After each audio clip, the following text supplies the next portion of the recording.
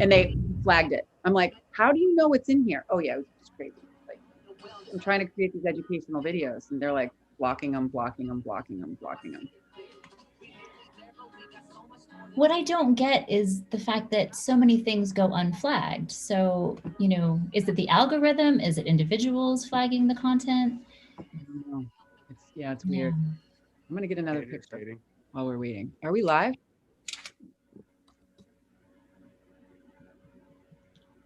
Smile. Oh, here it comes. We are live. We're live.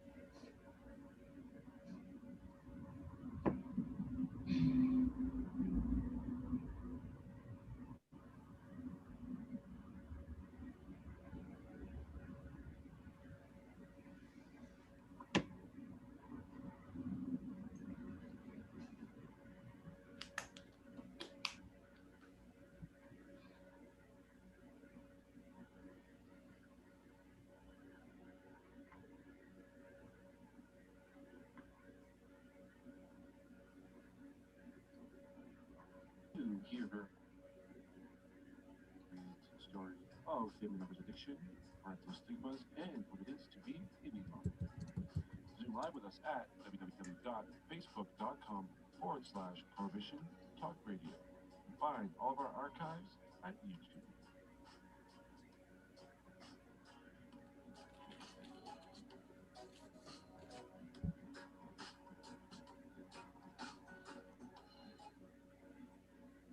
All right, we are back, guys, for another week of In the Weeds Prohibition Talk Radio. We're really excited to sit down this week with the author of Weed Mom, Danielle Simone Brand. And I can't wait to discuss everything that she did to get to where she is now, which is going to be a fun story. We have a lot of fun things coming up this week as well, as far as headline news, guys. Whoever has not been alive the last few days or who's not paying attention to the news, New York has finally legalized cannabis for adult use. So we're going to talk about that today as well. So they signed off on that this morning, Governor Cuomo. Yay!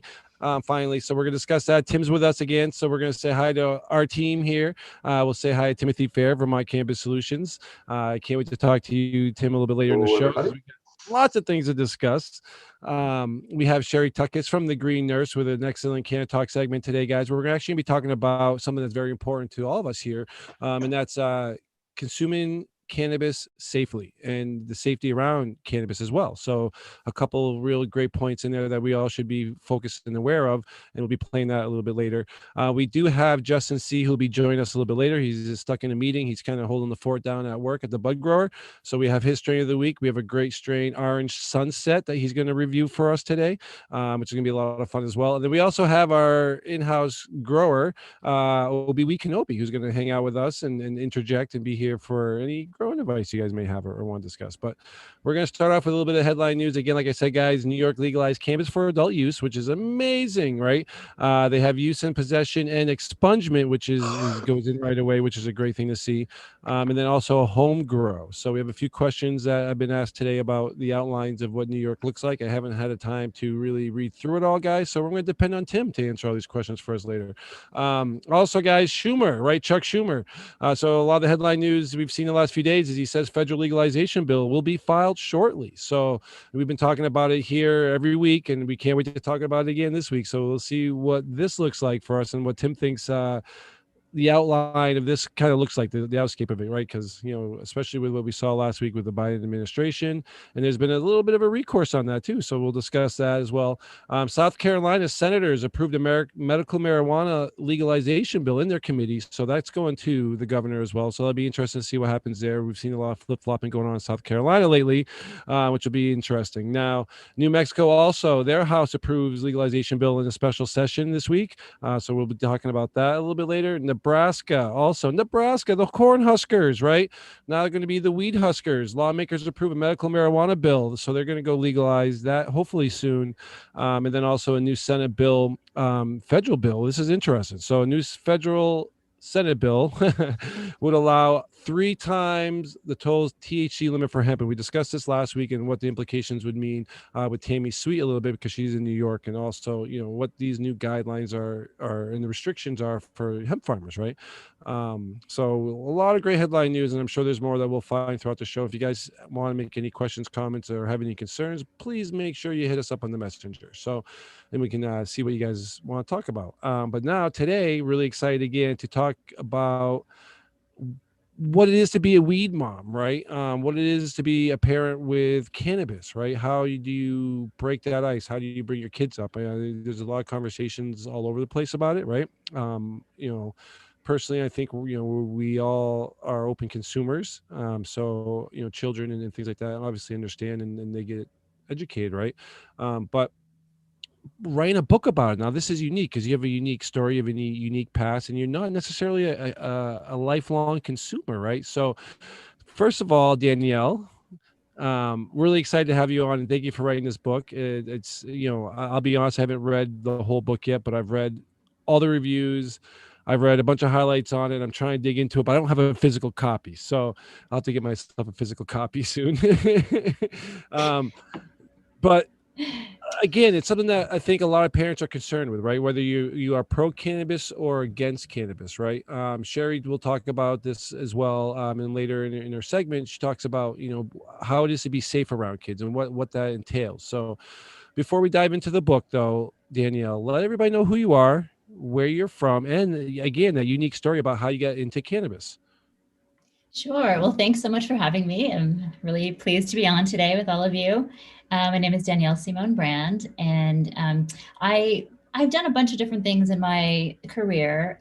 Most recently, I became a freelance writer and an author. Before that, I was a yoga teacher, and before that, I studied and worked in conflict resolution. So sort of a jump around sort of person. I've also moved a lot in my life. I grew up in Hawaii, strong cannabis culture there, even though I wasn't really a part of it then, and moved around, lived in the East Coast. I lived in New Hampshire, actually, for a bit, and Washington, D.C., and then the West Coast, San Diego. Now I'm actually in a prohibition state, which I don't always say, but sometimes I do. I live in Idaho, and there's nothing here, no legal weed here at all. No legal cannabis. So it's been an interesting journey. I dabbled here and there, I would say, with cannabis in college, but it wasn't my thing. I didn't understand it.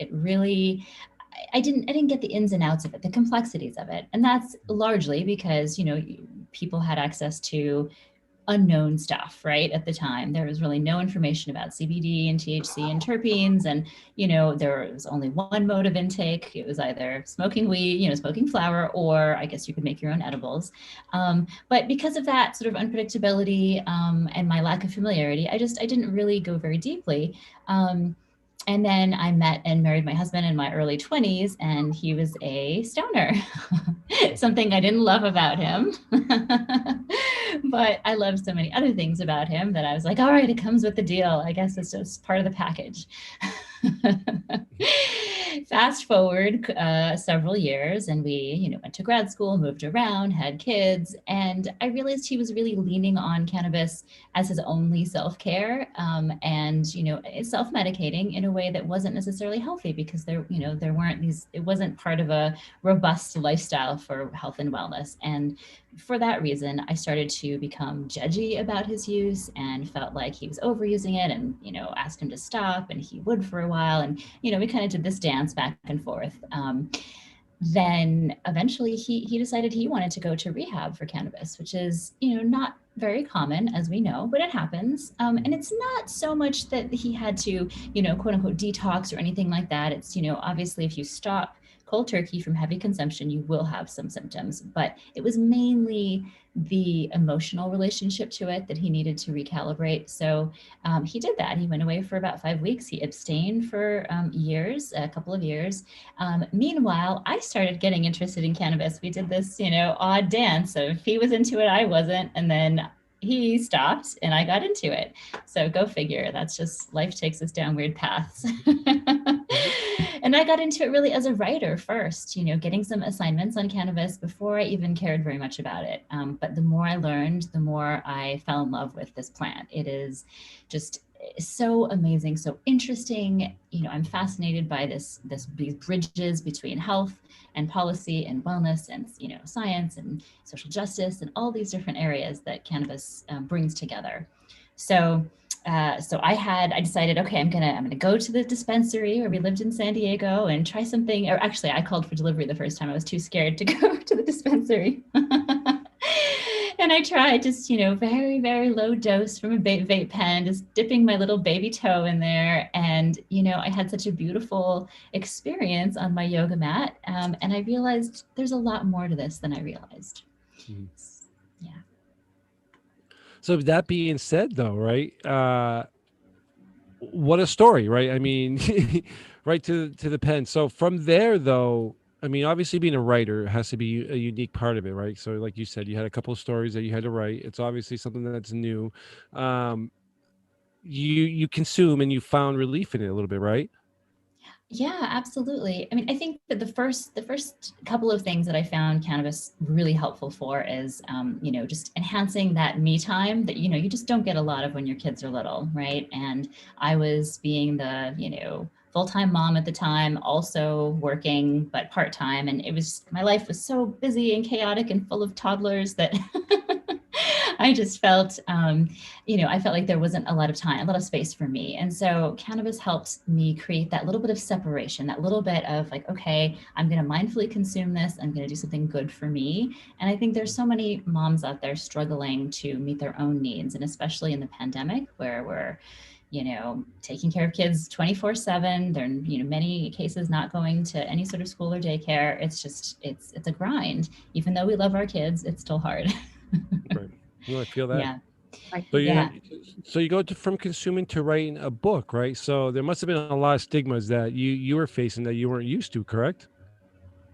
Yeah, well, I freelanced about cannabis first. So I kind of, got into it a little bit slowly. I was writing articles for, Civilized and High Times and some, mainstream pubs like Reader's Digest UK ran my story on cannabis and whether Britain would legalize, things like that. So, I had some experience in the field already, but yes, I still consider myself fairly new to the whole space, even though I dove in, got both feet in there really fast. Now you have a dad too, right? That was unique, right? Because he kind of introduced you to CBD, true? He did, yeah. My dad lives in Indiana, southern Indiana, and he has a natural food store there. He's been there for over 20 years. And he started bringing in CBD and really educating himself on it and learning, and educating his customers as well. And people come from all over that area to get CBD from my dad and to learn about it. And he sells other things, plenty of supplements and food as well. But he sent me the first batch of CBD that I used, and I found a lot of help with sleep, as so many people do.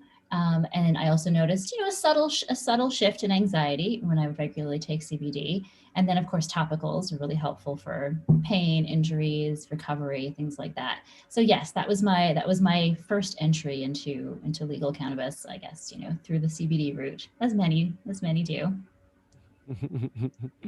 Well, it's something that I read about at the beginning. It was a breakup with alcohol, right? So we talk about alcohol and cannabis, right? So obviously, it seems like nationally the shift is moving, right? Like we see in legalized states less consumption of alcohol. How do you feel about that? Like, were you ever indulgent in alcohol that much? Has it made an effect on you? Well, so I never would have considered myself a big drinker, but it was absolutely my go-to for socializing and hanging out with friends and, probably relaxing on Friday and Saturday night after work and after the kids, well, not necessarily after the kids were in bed because, that's life, but I would, that was my go-to. But as I got into my middle to late 30s, I just noticed I was feeling worse and worse and worse after consuming alcohol. And I'm talking about a glass of wine or 2 glasses of wine the next day, I would have a headache and I just really wouldn't feel like myself. I wouldn't feel up to, getting up at 6 a.m. and parenting, the way that we do when our kids are really little. So, so for me, it was a pretty natural progression once I found legal cannabis and I realized that, I can achieve many of the relaxation benefits that I was looking for with wine, but all these other benefits come along with cannabis too. And I feel like myself the next day. That's really important for parents, I think. So yes, I have moved completely away from alcohol and I love it. And so many of the moms I talked to in the book have done the same. Certainly not many of them were, had made a conscious decision, I'm going to give up alcohol in favor of cannabis. It was more just like a natural gravitation, a natural progression because of how much easier cannabis is on our bodies. Right. So much more I'll have to- supportive. I'll have to make a quick apology to you guys. Oh, sorry, my camera's frozen. I'm having all sorts of weird camera issues. No, I I'm was just missing going my to phone. say to her comment there, Joe, that myself naturally, I've always been a drinker and I've always been a cannabis user, but the older I get, it's tougher to recover from a night of consuming alcohol. Whereas if I just consume cannabis, like 60 milligrams of an edible and some bong hits, I'll be fine the next day and I'll have a great time just doing that. Yeah. Yep. So I can get all nerdy on you and tell you guys why. Let's get the endocannabinoid system in there. So clinically, alcohol is toxic to all 11 organ systems. Right. Clinically, cannabis supports and nourishes the endocannabinoid system. Alcohol depletes our body of vitamins, right? B vitamins, complete depressant, and people make bad choices when they consume alcohol. On the other hand, cannabis supports. So even if you do overconsume cannabis, number one, you're not going to die. And number two, it may take a little while for you to get back into balance, but not like with alcohol. And generally, people's decisions when they consume cannabis are a little bit more, I would say, cautious. You might need to snuggle a fat dog though, right? Right. No, you make a great point. We talked a lot about it is hydration as well. You know what I mean? Like the headaches and the things you get from a hangover mainly is the hydrational side of things that you're lacking at that point. Alcohol dehydrates the body, but we do talk about how cannabis can dehydrate the body. But I think most people are drinking water or things that are non-alcoholic. So at least they're bringing something into their bodies that isn't accelerating that dehydration, right?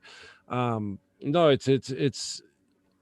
it's just really unique to see the reports, like literally in every state where we're legalized, the alcohol consumption is falling, the cigarette consumption is falling. It's it's non-existent, right? Everybody was worried that the sky was going to fall, as Tim would always say, and we haven't seen that. You know what I mean? It's something that we like to discuss a lot on the show because especially with kids driving cars, kids access, and like what we talk about, and what you talk about a lot in the book is safety for the kids, right? Which is one of the biggest things. So being a weed mom, right, or a parent that consumes cannabis, how should we approach it as a parent? Like, what are your opinions on that? Yeah, I mean, it's a big conversation. There's a whole chapter on it, at least one chapter. Really, I touch on it in a bunch of different places in the book because, because there are factors and lots of factors. There's the age of your kids and your job and your state, where you live, your whole situation regarding co-parenting. That's important. If you're co-parenting with an ex, for instance, who, is not open to cannabis, that can cause problems. So, I do want to just sort of preface it by saying, like, this is not for everybody to do, but if you are comfortable and in a comfortable, stable situation at home, and, in a legal state, of course, there are people who come out of the green closet in non-legal states too. But, I think that, I would never advise that necessarily unless someone felt really, really comfortable. And that's me. I am in a prohibition state and I come out of the green closet. So with little ones, I think that, obviously keep your cannabis stash, locked, keep it out of their reach, make sure that they're safe. I mean, that's the foremost factor. Keep kids safe, from 0 to, on up, through teens. But, I think that for different ages, there are different ways you can talk about it. I mean, the basics are, it's a plant, right? This is a plant. You can even show them what the plant looks like, show them photos, or if you are growing it, all the better, to really cultivate that plant relationship. Tell them that some adults use it for medicine, some adults use it for relaxation and to feel good. A lot of us use it for both, for different, at different moments in our lives and in different, ratios and quantities.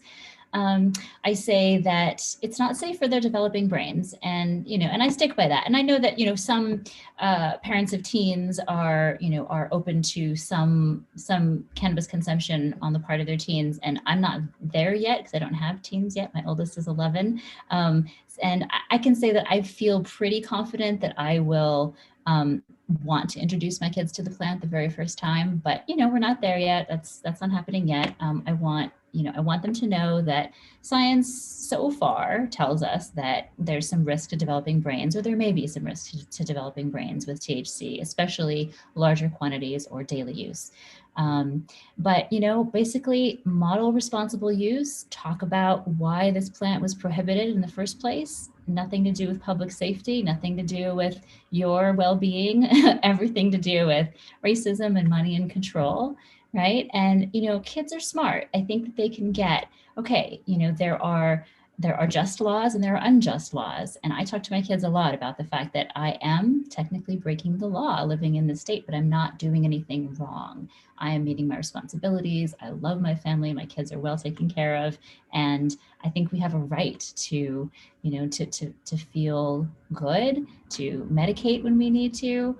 So I'm a plant advocate all the way. And I want my kids to learn that. So how do we make being a weed mom as acceptable as being a wine mom? Yeah, well, that's the question, huh? Right? That's a great one. I think, we need to normalize it by talking about it if we are comfortable. The more of us Canna parents out there, Canna moms, there's a big, quite supportive Canna mom community on Instagram. And I think that, the tide is just changing as legalization progresses and people come out of that green closet and are willing to discuss the ways that it's helpful to them. These stigmas are breaking down and we're normalizing it slowly, but we have a long way to go. Right. Danielle, I wanted to touch upon your grower side comment, for the parents out there that don't realize that this plant doesn't really grow THC on it until really late in flower. And you can really address that when the smell starts coming in, it starts smelling stronger late in flower, and you can see the sugar start forming on the leaves across the plant. But your children can get involved in the training side of it, which is all vegetative. There's no THC. You don't have to worry about your kids getting high from topping a plant or learning how to train it through the garden. Late in flower, when these things are going to have THC on them, you don't touch them. You really just leave them alone. And that's the one thing as a grower that I'm trying to get out to people is your kids can take part in the true learning side of growing cannabis, because during that whole phase of the growth, there is no risk of them getting high. It's much, much later when literally you do not touch the plant in that stage of its growth.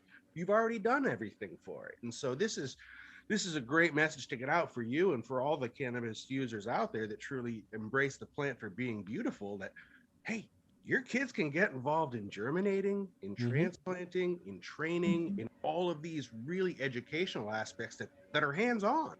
And kids love hands-on. Stick your hand in the dirt. Throw some in the pot. We're going to put a plant in there. They're going to have fun with it. And it's something that you can get your kids involved in as an activity that, hey, kids, we're going to transplant our cannabis plants tonight into, whatever there is, their final homes or their next step in the growth. So they're going to get involved and they're going to have fun with it because it's going to be a family exercise. And it breaks that stigma. Yeah, it breaks the stigmas. I mean, for me, obviously, I have a child. Everybody knows my son well. He's a big part of my life, and he does get involved with stuff like that as well. So, whether it's trimming or going to places and seeing what it is, for him, it's just medicine to him at this point. He doesn't even think twice about it, which is the best part. You know what I mean? He doesn't look at it as a drug. He doesn't look at it as anything that's necessarily bad, right? Because he's well educated. He's probably one of the most educated kids I know, because he's around the show, he's around us, he's around our guests. We have people that come by on the weekends, and we shoot stuff, and we talk, and he listens. You know what I mean? But I think there's an appreciation that can be had about being open with your kids. And this is why I think this is a great book, because a lot of parents just really are, what do we do? You know what I mean? I've had a lot of criticism both ways, you know what I mean? Especially from friends that, know that we are cannabis, that's, think it's the wrong idea, which I can appreciate anybody's concern with that. Right. Especially when it comes to all of our kids, because I mean, if you don't want your child understanding or knowing or being open-minded to cannabis on any level, then obviously there's going to be weird issues with children and friendships there, right? So, um, Joe, I can totally relate with that. I've got 3 kids. So my right, children, all different age levels, when I first started using cannabis, they see the plant as giving life back to their mother. Right? Because I wasn't able to do things. I couldn't take care of them. I wasn't able to go to their events. So they saw it in a different way. And then when I started to develop the Green Nurse, they understood it, they learned it, but they didn't know cannabis and marijuana was the same thing. So when I wrote my patient handbook, I wanted to see if they could understand it, because they were, I think, 8, 10, and 14. And I wanted to see if they understood the plant and everything that I was saying. And they got it. And I said, so guys, what do you think about mom being a medical marijuana nurse?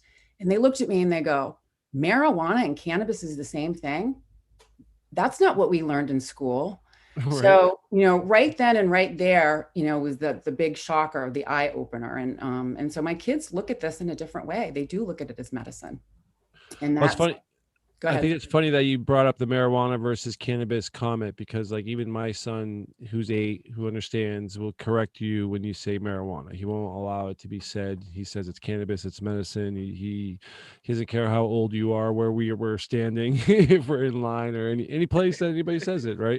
And most all you guys know my son, so he's a bag full of joy. But it is true, and that's one of the things that we talk about a lot with destigmatization, right? Is what do we refer to this as? Is it marijuana? You know what I mean? A lot of people get really upset with the usage of the word marijuana. Even with us posting, you know, different news ads and reports and things that come out, if we copy and paste and that word marijuana is in there, it really offends some people.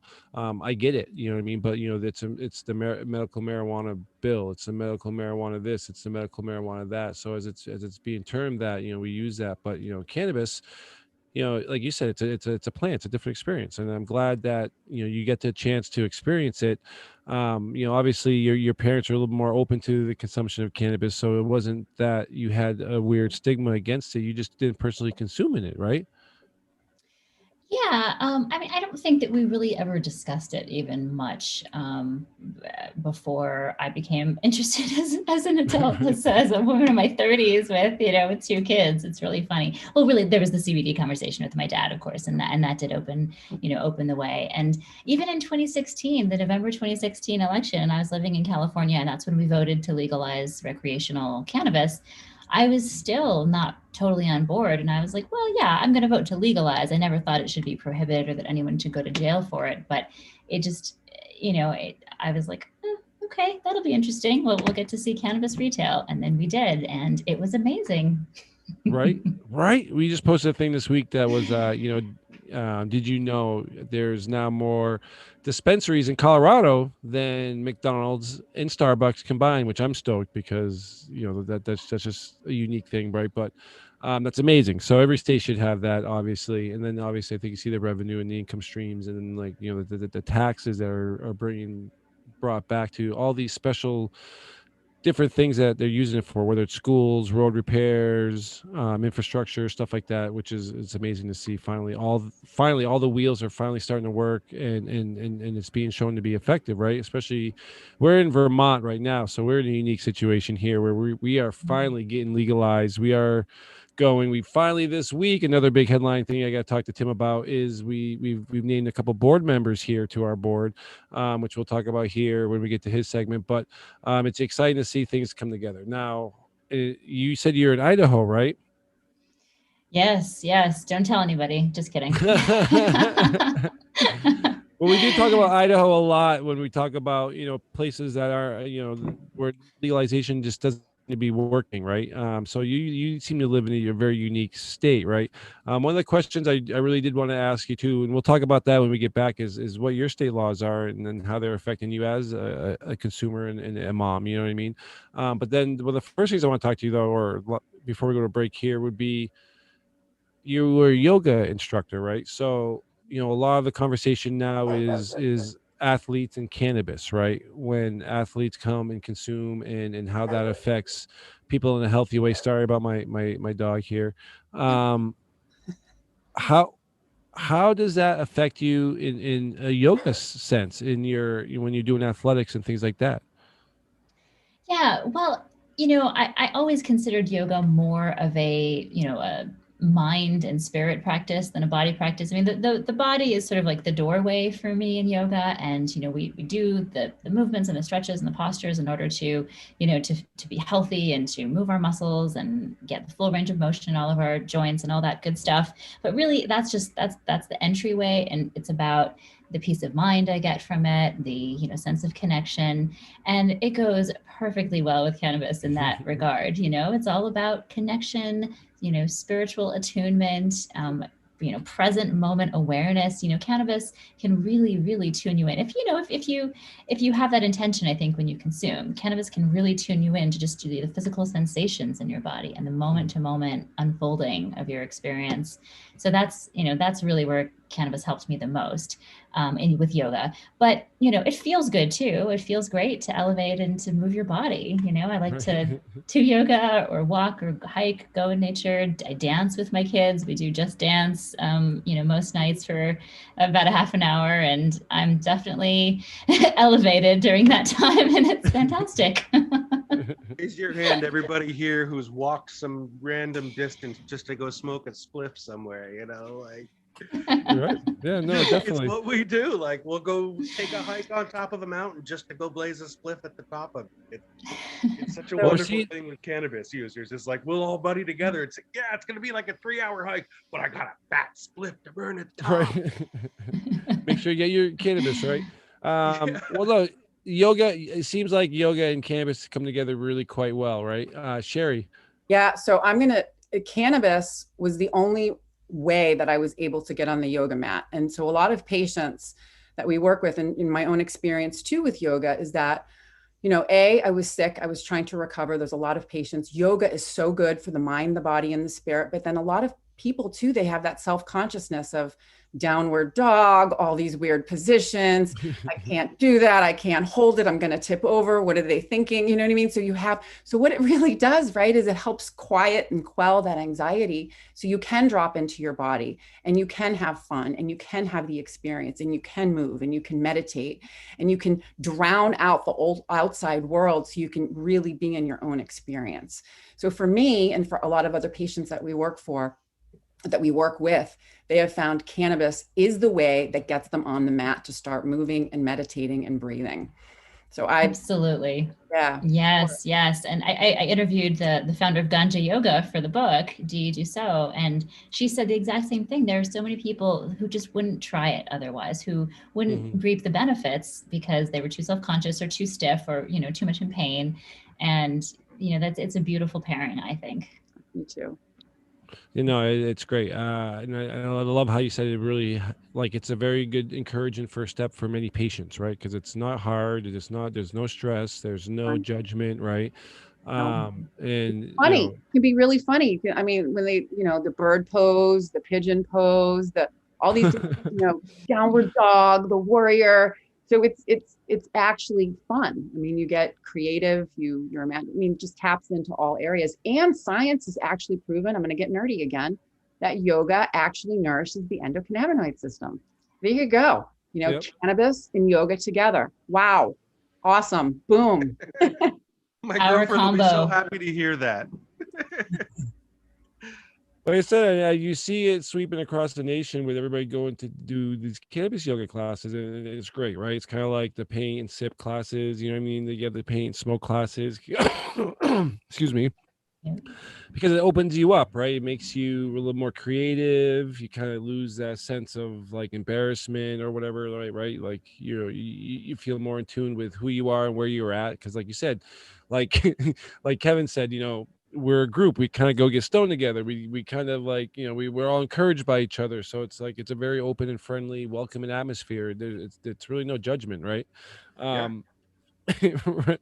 Just looking back, it's comical because we'll take these huge hikes and we'll be there for like 10, 15 minutes just to blaze the spliff and then turn around and go back.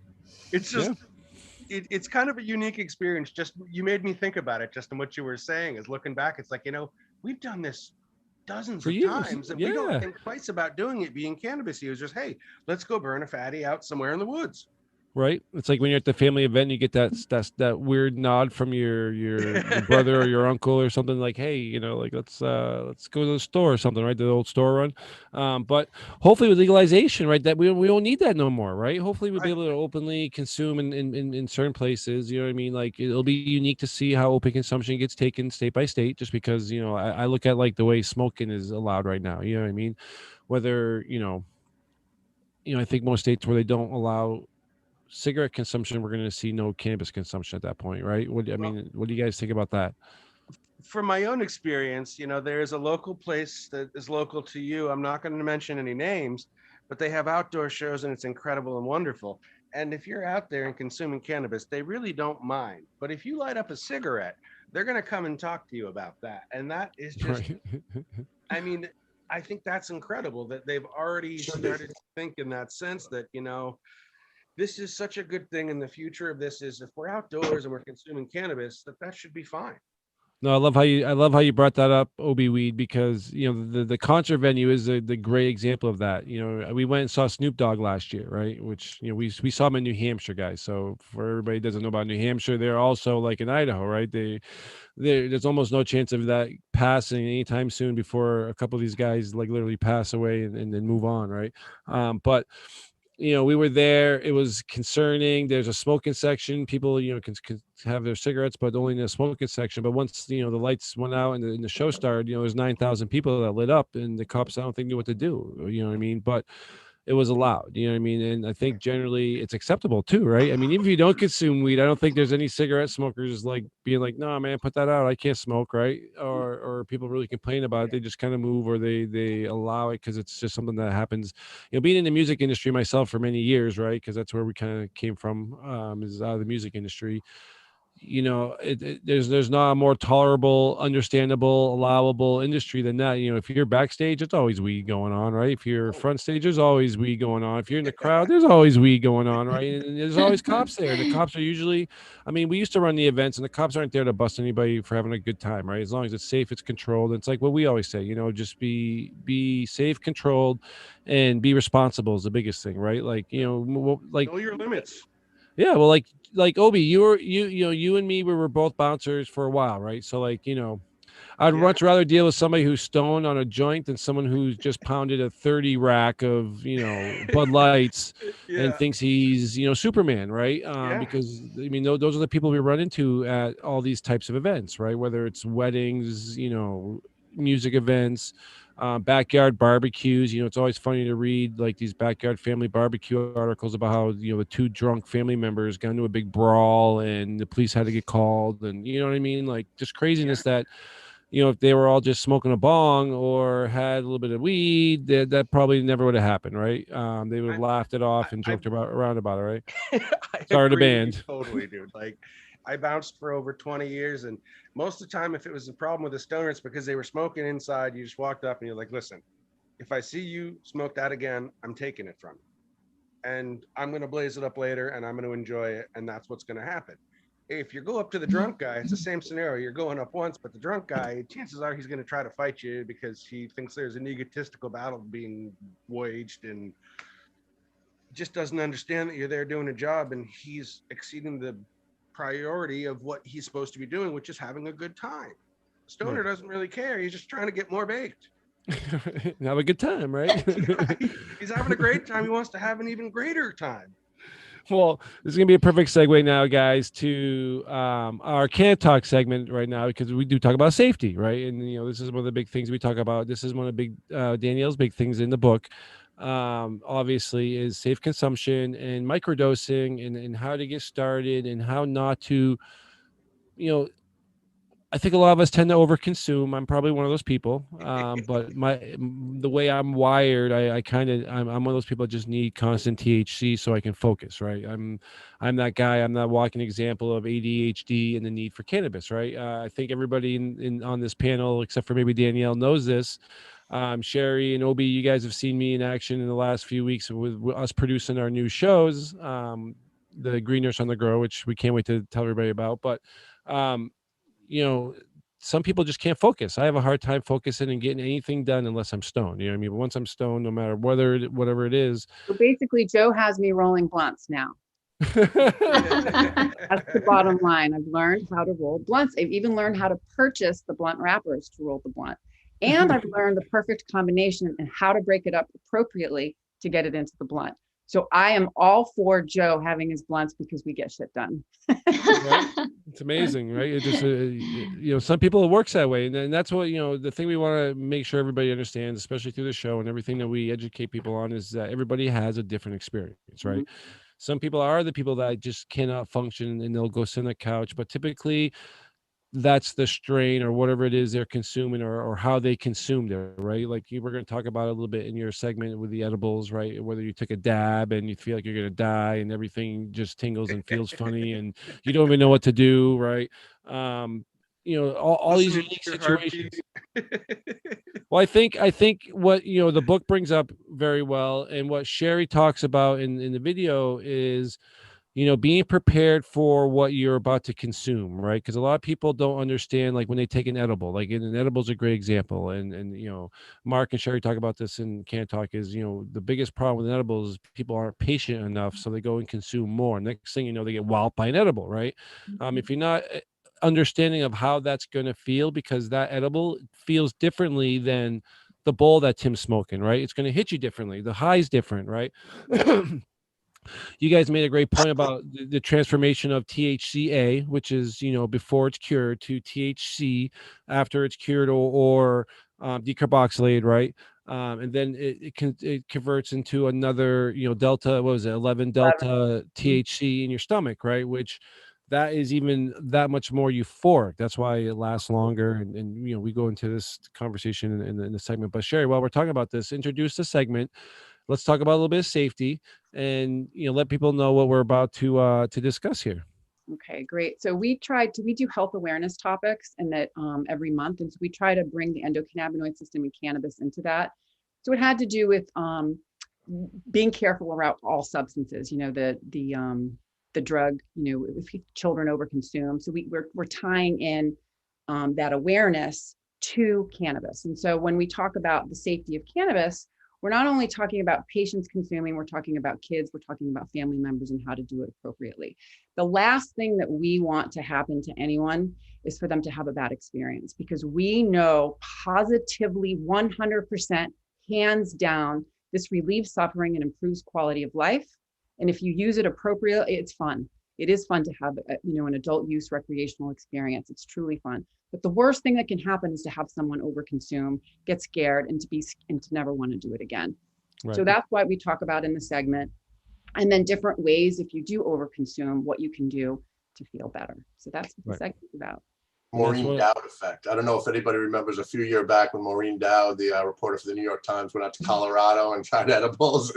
Yes. Did not have a good experience. And I think, unfortunately, a lot of people read that and got very scared off. So, especially when it comes to edibles, Joe, you're absolutely right. That's slow and low. And as No, nurses, we're researchers. So we've experimented with different cannabinoids, different concentrations, and, we have overconsumed. I've had a lot of crazy experiences, well, but it's, typically, I think typically you see our elder community, right? Our older population who's getting into cannabis. That's where they're starting though, is with edibles. So they like the gummy bears. They like these little unique things that they don't have to smoke, right? And then like we said, it's a different high. It's a completely different feeling. So all consumption methods are going to affect you again differently, which is going to give you a different overall feeling and tickle your endocannabinoid system in a different way, right? Which is something that we always talk about when it comes to your health, right? So a lot of this stuff's needed. A lot of the stuff you do need. A lot of the stuff your body doesn't make or will replace by your consumption methods, right? Whether it's alcohol, anything you consume, right? Your body will stop taking it, especially, again, soda, right? Soda is one of the biggest ones. It's adrenaline, right? Your body's going to stop producing that if you're drinking a lot of soda. So when you quit soda, you fall on your face. It's like, like any drug, it's hard to it's hard to quit, right? But here we go, guys. We're going to get right into it now. This is cannabis safety right now. The green nurses, Sherry and Nurse Mark.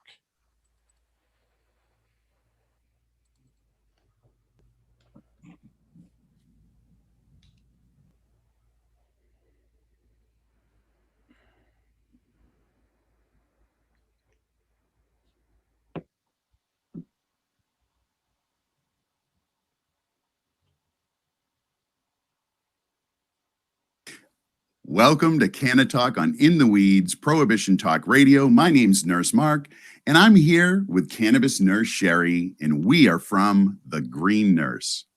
Yes, we are. And every month we cover health awareness topics and we bring endocannabinoid system education. As cannabis nurses, we really want you to understand how the endocannabinoid system plays a vital role in all areas of our lives and is truly the key to optimal health. So, Mark, what is this month's health awareness topics? Okay, so this month, one of them, Sherry, is National Poison Prevention Month. So this is prepare, prevent, and protect. American Association of Poison Control Centers represents America's 55 poison centers and promotes poison safety and awareness. So they assist with poisoning emergencies and questions 24 hours a day, 7 days a week, 365 days a year. And they connect you. So if you dial the specific number, I'm going to say what it is because it's important. 800-222-1222. That will connect you to the Poison Control Center anywhere in the United States close to where you are. So it's in over 150 languages, and it includes for the hearing impaired. So what's important about this, when in doubt, check it out. The call's free, it's private. There's medical experts, nurses, doctors, and pharmacists, and other poison control specialists that are available to take your calls. So we're truly all about safety, safe consumption. And so we're going to talk about what we're going to bring cannabis into the subject. Absolutely, because there's been a real increase in the calls to the poison control centers about cannabis ingestion of edibles. Right. But listen to this, edibles with children. So we're going to talk about the different kids, but here's the other thing too. So just think about this. And, we hear about all of this other stuff, but we want to bring an awareness to other things that are in your home, that for animals and, young people, children. So in 2020, this is an interesting statistic. Think about COVID-19, right? 20% increase in calls between January and March of 2020 about chemical cleansers and disinfectants. And this was children 5 and under. So when we talk about poison control, it's always about prevention. We need to keep all of these things away from children and our animals. And Mark, what are some of the things? Listen, we're aware of these, but we forget, right? We don't lock those kitchen cabinets. And so you have cleaning products, professional care products. Here's one, medicines and vitamins. What else, Sherry? Here's a big one too. If you think about little kids, think about all the small objects, those button batteries. Okay, listen to this. 2,500 kids under the age of 18 ingest these little button batteries. That's a lot. Right. There's a period of time when you're a toddler, when everything you reference the world with your mouth, like everything you see, you have to pick it up and put it in your mouth. Like, oh, what's this? Oh, right. Not so good. It's a battery. Not good. And then, of course, we have the other substances. The one that we talk about all the time is alcohol, and keeping these things locked up. And cannabis is another one. It's a medicine. Cannabis is another one. Yeah. It's a medicine. It affects our body. It can be used multiple different ways. And so we are all about educating on the safe use and consumption of it. So what's the most important thing? Listen, safety is always the most important thing. So you want to make sure that all of the products that are around have labeling that indicates what the potential is for, adverse effects. We want to know these things. You want to keep things in a lockbox. A lot of these medical cannabis programs require you to have a lockbox in the house for all of your cannabis medications. It may seem like it's overkill, but if you have any kids in the house, you want to make sure you do this. Yeah. And you want to know instructions too. So having everything, instructions out of the reach of children, out of the reach of animals, and also educating, So not only is cannabis expensive, but you don't want anyone to have an experience that is not optimal. Cannabis is very safe. It's very effective. It works great. But our number one priority is to keep people safe, happy, healthy, and living their best lives. So, Mark, can you overdose on cannabis? Oh, Sherry, we get this question all the time, and the answer is no. If we're talking about overdose, like we normally hear about overdose with the opioid epidemic and, sadly, all those people losing their lives, that opioid overdose, it's simply because the opioid receptors in the brainstem affect breathing and cardiac rate, right? So when people pass away from an overdose, it's because their breathing has been decreased down to a point that it can't sustain life anymore. And so that's how that overdose works. With cannabis, there are no or very, very few receptors in the brainstem. So when you consume cannabis, as you could consume all day long, every day, as much as you could, you still wouldn't affect your breathing and your heart rate. So you're not going to die, although you'd be really uncomfortable. Like you're going to, and we'll get into that, won't we? So lethal overdoses of cannabis and cannabinoids just can't occur. And the other thing that's interesting too is, some people are like, oh, could it damage my other organs? So basically it won't, right? It won't damage your kidneys. It won't damage your liver. It won't even damage your brain. But it can, kick up your heart rate temporarily. It can provide anxiety. It can make you feel extra nervous. So if you have a cardiac condition that increases heart rate, it can create more anxiety. It can have more of a negative impact. I mean, there are over 2 million people with cardiac conditions that use cannabis, self-reported. So that's a big slice of people who have cardiac issues who use cannabis. Right. So microdosing for the win. We've taken care of a ton of patients that have cardiac conditions. And when we work with them, we teach them how it interacts in their body. Right. And basically it's really about safety, because it has so much benefits for all of the different organ systems. When we talk about it, cannabinoids work on our endocannabinoid system, which is the largest neuroregulatory system in our body. It regulates all 11 organ systems, our immune system, and all of the neurotransmitters that give messages to tell our body to do something or stop doing something. So how about this, Mark? Can you misuse cannabis or overconsume? Sherry, you know the answer to that question.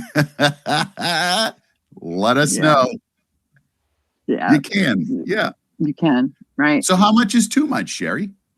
So it's different for everyone, and truly, clearly, it is dose dependent, and it's on. There's so many different variables that affect how cannabis is going to affect us and whether we're going to have a good or bad experience. Right. It includes age, sex, the disease processes that you have in your body, the symptoms that you're looking to manage and to avoid, metabolism, pharmaceuticals, any other substances that you may be consuming, and all of the health and wellness activities. So everyone's tolerance and ability to consume cannabis below the threshold of feeling impaired is different. That's why we do what we do. So the method of administration, what is the one that we've noticed the most, Mark? Oh, of course, Sherry. When people say I had a bad experience with cannabis, almost 99% of the time they're talking about an edible. Yeah. And it's really simple. The reason why, Sherry, there are actually two real primary reasons why people have trouble with edibles. Number one, we're not very patient. So when you consume cannabis in an edible form, it's going to take an hour to an hour and a half to really start to feel the effect. How many times have you heard the story? You know, I was at a party and they had some brownies or cookies, and, you know, I ate one and I didn't feel anything, so I ate another one. And then an hour and a half later, what happens?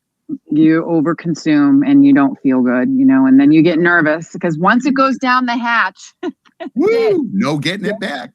Right. Exactly. Why is it?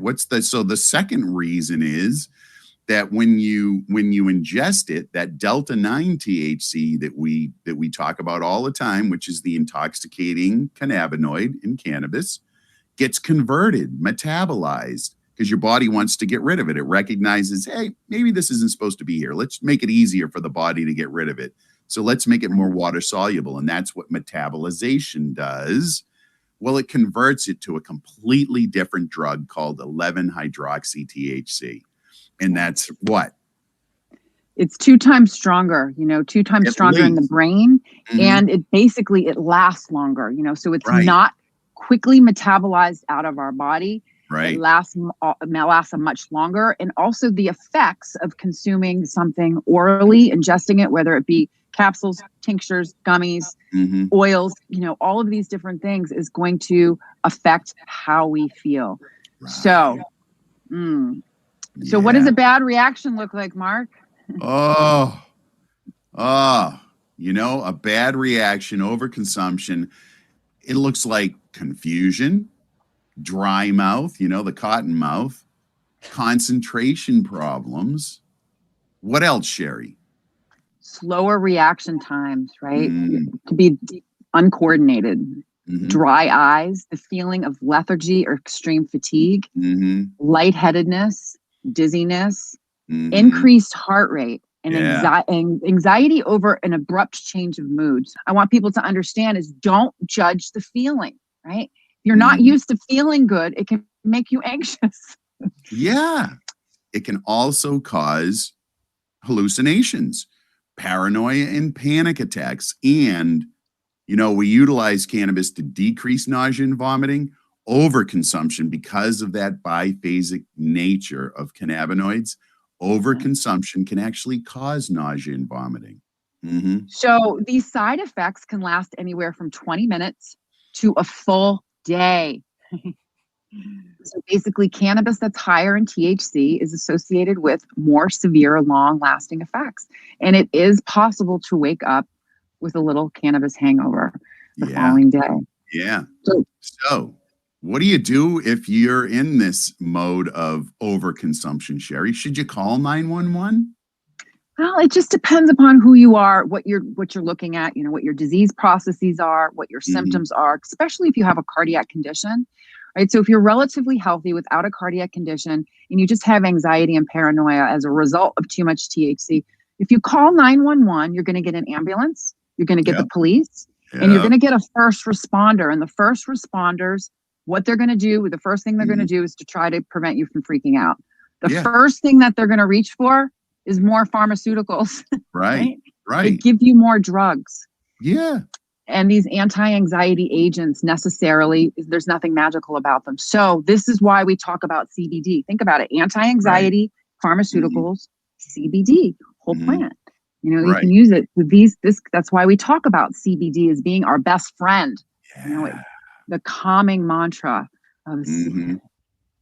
So, I mean, obviously, the best way to avoid that is just don't overconsume. Go slow. Start low and go slow. Microdosing. And again, the CBD to help your experience, to help decrease that intoxicating effect of THC. But what are some of the other things we can do, Sherry? Well, here's the thing is, you know, if you overconsume, 9 times out of 10, you're just going to have to ride it out. But there's some tips and tricks. And the number one thing that Mark and I talk about all the time on our morning shows is your mindset. I want you to understand that you're not going to die. No one has ever died. You don't have receptors on the cardio receptor sites to stop you breathing. And so the mindset would be trust Nurse Mark and trust Sherry. I am high as fuck and this too shall pass. So just know it will pass. Do not freak out. I am okay. I am whole and healthy as I was created. Mhm. You know, I'm having a reaction, but it's going to go away. And there's things that you can do to make it go away. So besides CBD, what about some other self-soothing activities, Mark? Oh, you know, the stuff that we really love, Sherry, like meditation, decrease the stimulation. Like if you're in a place with bright lights and a lot going on, find a quiet space to just retreat to for a little bit. Soft music and breath work. Oh, breath work. Get grounded. How do we get back into our body? We feel it. You know, go outside. You put your bare feet on the earth. It's called earthing. Go hug a tree. Soft music. You know, you do all of these different things. Talk to the plants, the flowers, you know, have an experience, get back into your body and just know that it's going to pass. And you know what? You might want to distract yourself. So find an activity that you can focus on. Like, and you know what? That's a great segue. Speaking of water, you want to hydrate. So your body's metabolizing this stuff. You want to give it all of the fluid that you can, because that metabolization is your body trying to get rid of it. So if you have enough hydration, enough water on board, you're going to help your kidneys flush that stuff out and shorten the length of time that you're going to have this experience of feeling uncomfortable and anxious. And then, you know, people have reported that black peppercorns, you know, chew on those black peppercorns, because black pepper has a terpene called beta-caryophyllene, which is sometimes considered a minor cannabinoid almost, because it has an effect on the body that we can measure. And it can mitigate, like CBD, it can mitigate that psychoactive effect of THC. That is why we are here to educate and empower you to make choices, healthy choices, so you can have the best cannabis experience ever for whatever reason you are using this plant. Right. Well, you know, folks, thanks for joining us on our Canna Talk segment here on In the Weeds Prohibition Talk Radio, weekly live on Wednesdays from 4:20 to 6:20 at www.facebook.com/Prohibition Talk Radio.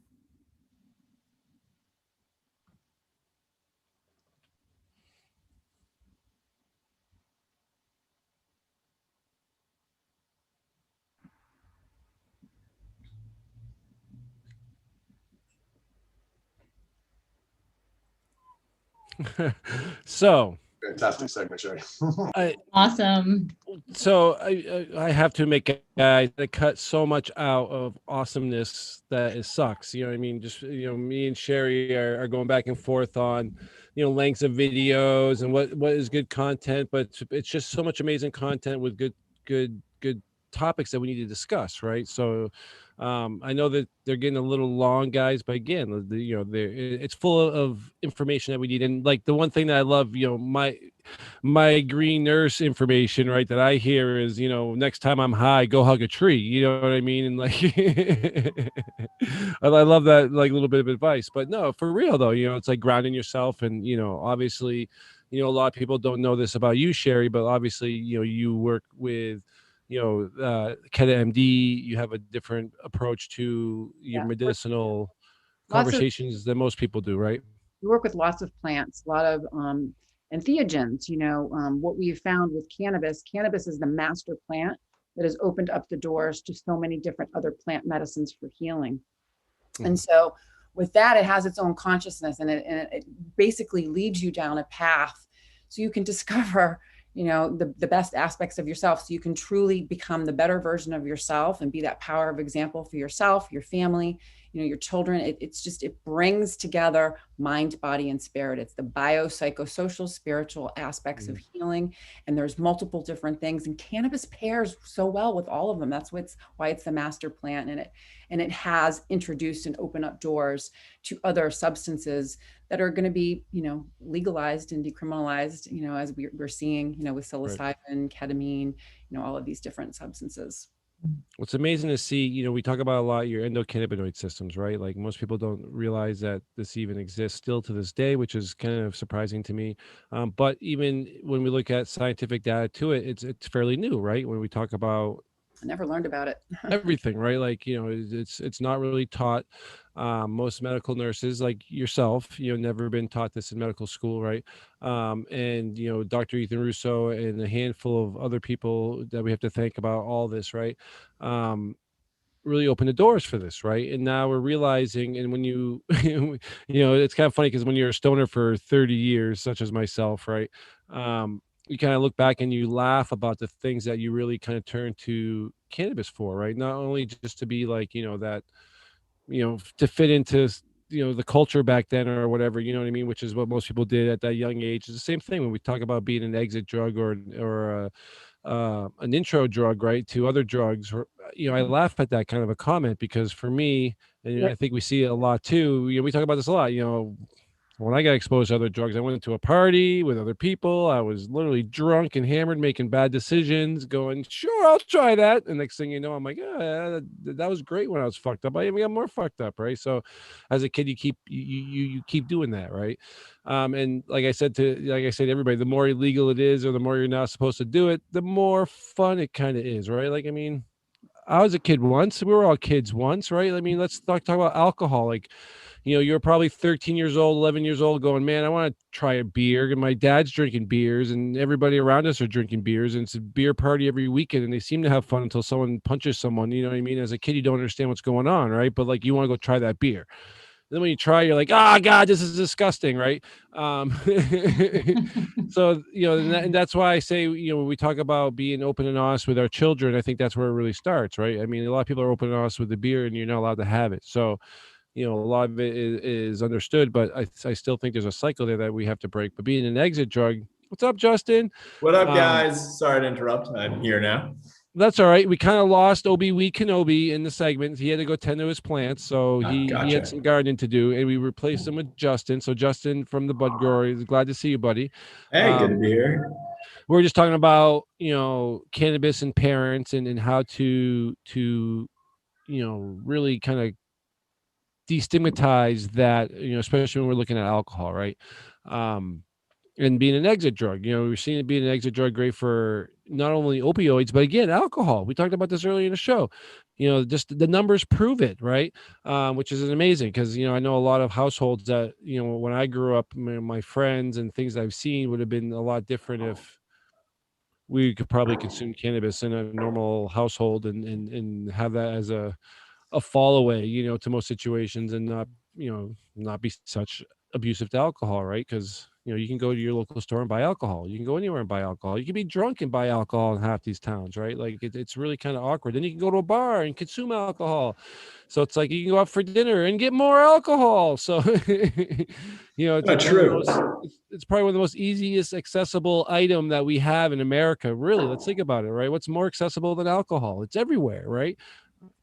I got a story. So there was in one of the mama groups, the weed mom groups on Facebook, there was a mom that was saying that she went to go pick up her delivery of cannabis and she had her kids in the car and they made a big deal out of it. They weren't happy. So they said, oh, we can give you your cannabis this one time, but you're not supposed to have kids in the car. Meanwhile, she calls up the liquor store and asks, can she come pick up her alcohol? Will they bring it out? Oh yeah, sure, no problem. Even with my kids in the car, yeah, we'll put it right next to the kids if you wanted to.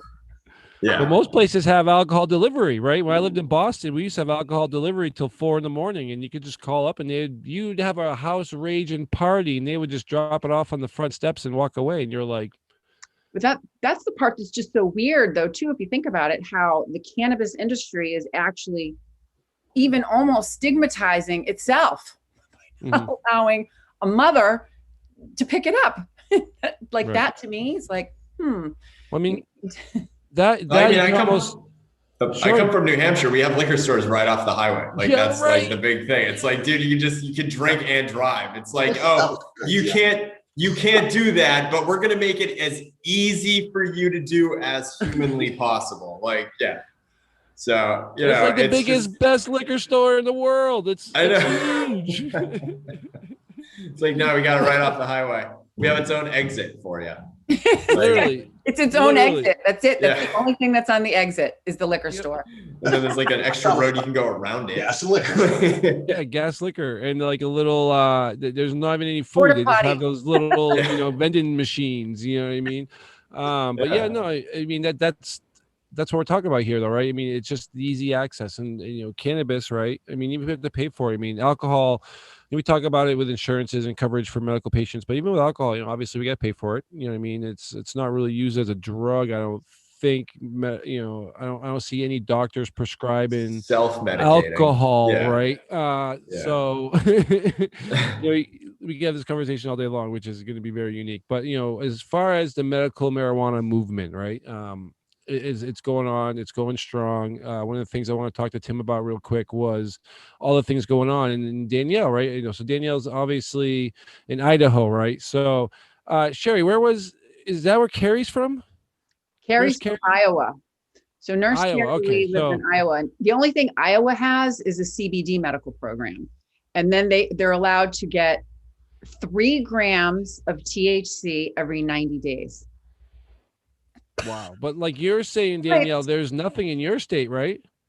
No, well, the only thing that there is, and in large quantities now, is like CBD distillate, and that's being like, advertised on the side of the road. Everybody's got the CBD, but it has to have 0 THC. It can't even have 0.3% to be here. Wow. And here we are federally, hopefully talking about hitting that 1% cap now, right? Chuck Schumer had mentioned that again. So, I mean, we keep hearing about it, Tim. What do you think the likelihood of us seeing that on a federal level would be? Seeing what exactly on a federal level? Oh, Chuck Schumer, Good to see the bill actually make it through. Again, I think we're going to see introduction. The problem is with this, it requires 60 votes through the Senate to get passed. 50 is not enough. It's not a simple majority. So it would require quite a bit of bipartisanship to get both sides of the aisle on. Again, I've always been claiming, I think if anything's going to get through, it'll be the Safe Banking Act. But I think that you're going to see legalization take on a new life now. Chuck Schumer will definitely allow it to come to the Senate. I think you're going to see a vote. I think, now you're going to be able to determine who might be supportive going down the road. And, I think this is just, we're seeing light years in advancement here for the federal level. A lot of people are starting to talk about it like it is actually a realistic possibility in the next, 2 to 3 year time frame. But I do think seeing the Safe Banking Act getting through is going to be the important of things to come. That getting through will show that there really is momentum and support for this beyond just talking points. If the Safe Banking Act can't manage to get through, I'm going to have serious questions about how much the individual senators and congressmen are committed to making this happen. So that's kind of my canary in the coal mine, so to say. And really looking forward to seeing what happens with that. Because again, I can't stress how much the Safe Banking Act would impact the industry overall. Oh my God, it'd be huge. Now, does what happened in New York this week influence anything on a federal level? I mean, this is kind of big news, right? This is fairly huge, especially for the East Coast market, right?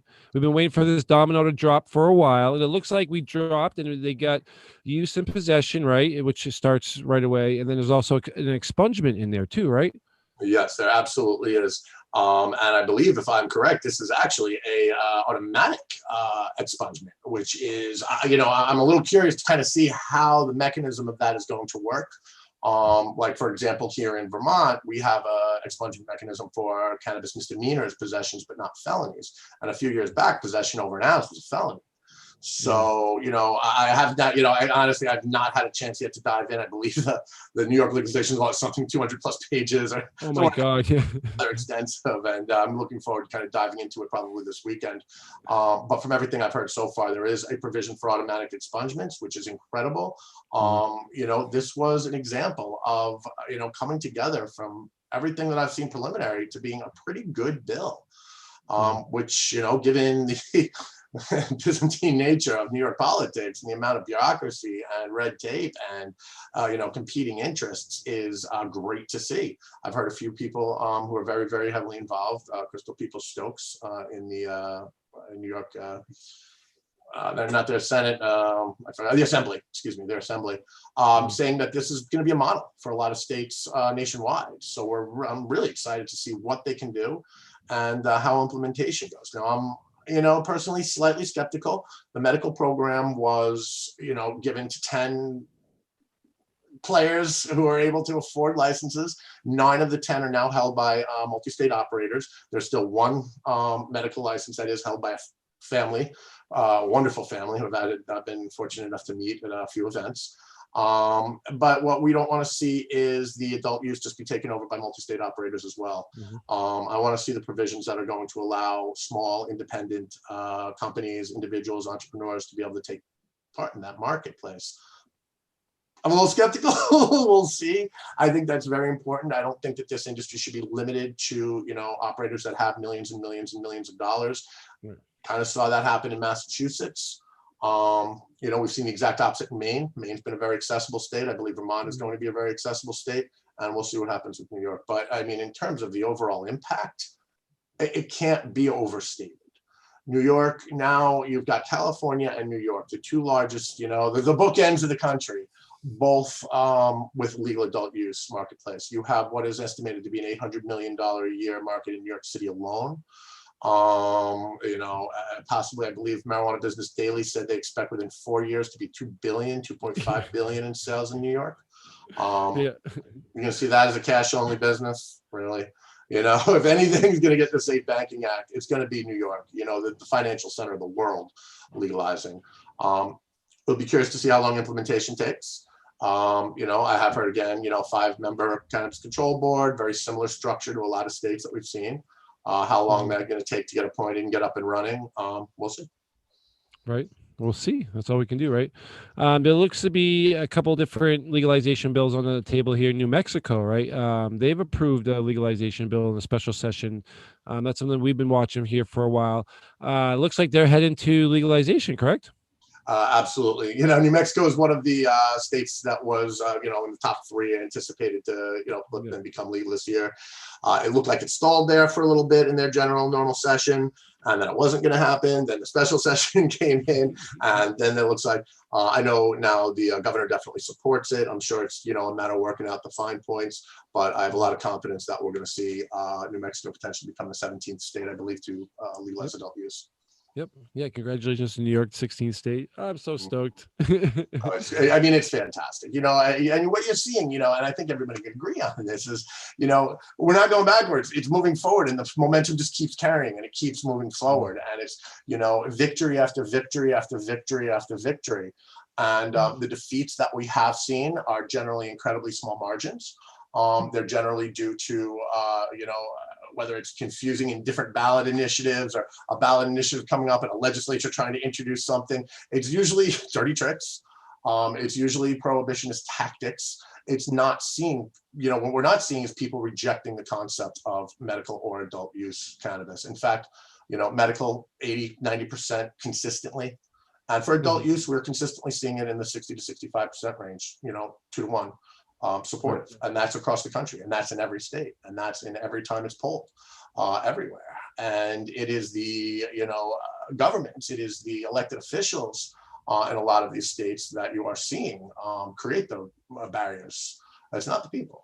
And I bet in Idaho, I would guess, Danielle, I don't know what the current, if there've been any polls of the actual residents of Idaho, but I would imagine that not a majority of them feel the same way that the governor and the legislature do. Right. Yeah. That's, do you want me to respond to that? I could. I would love to hear. I'm always curious to see what the people think versus what the government says.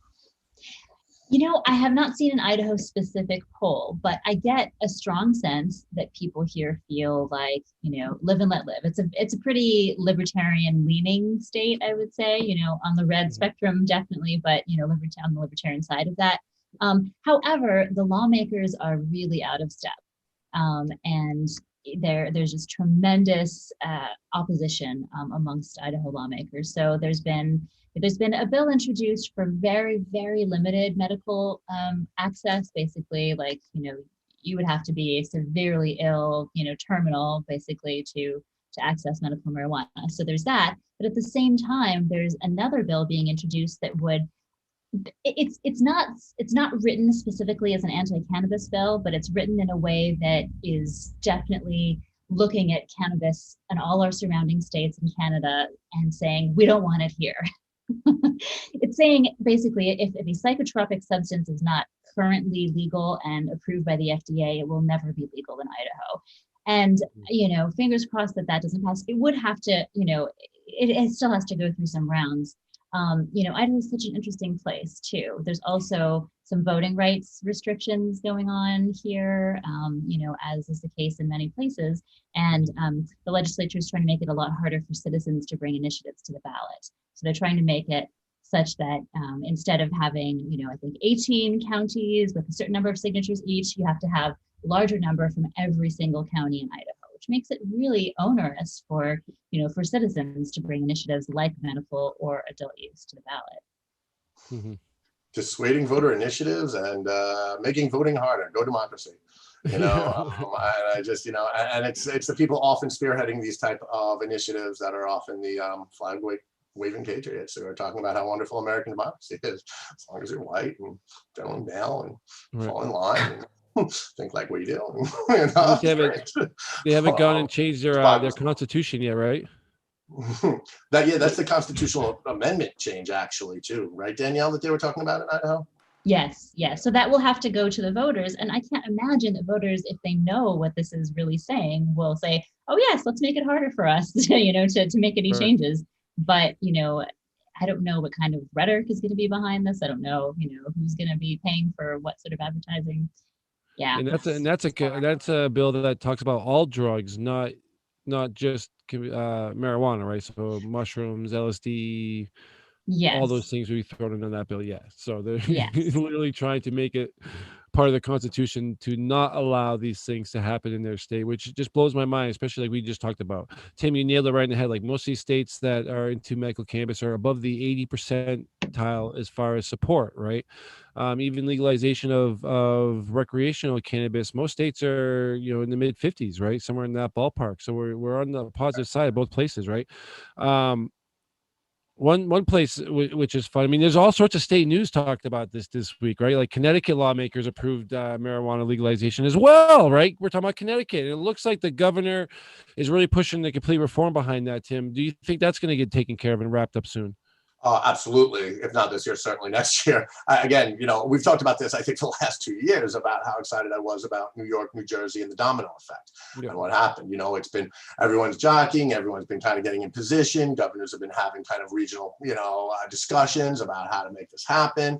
And then Jersey hit, and now New York hit. And what's next? Is Connecticut going to sit there? Of course not. Rhode Island, boom, boom. Now the dominoes start to fall. Pennsylvania, I guarantee now will be within the next 2 years as well. No state wants to see that tax money go.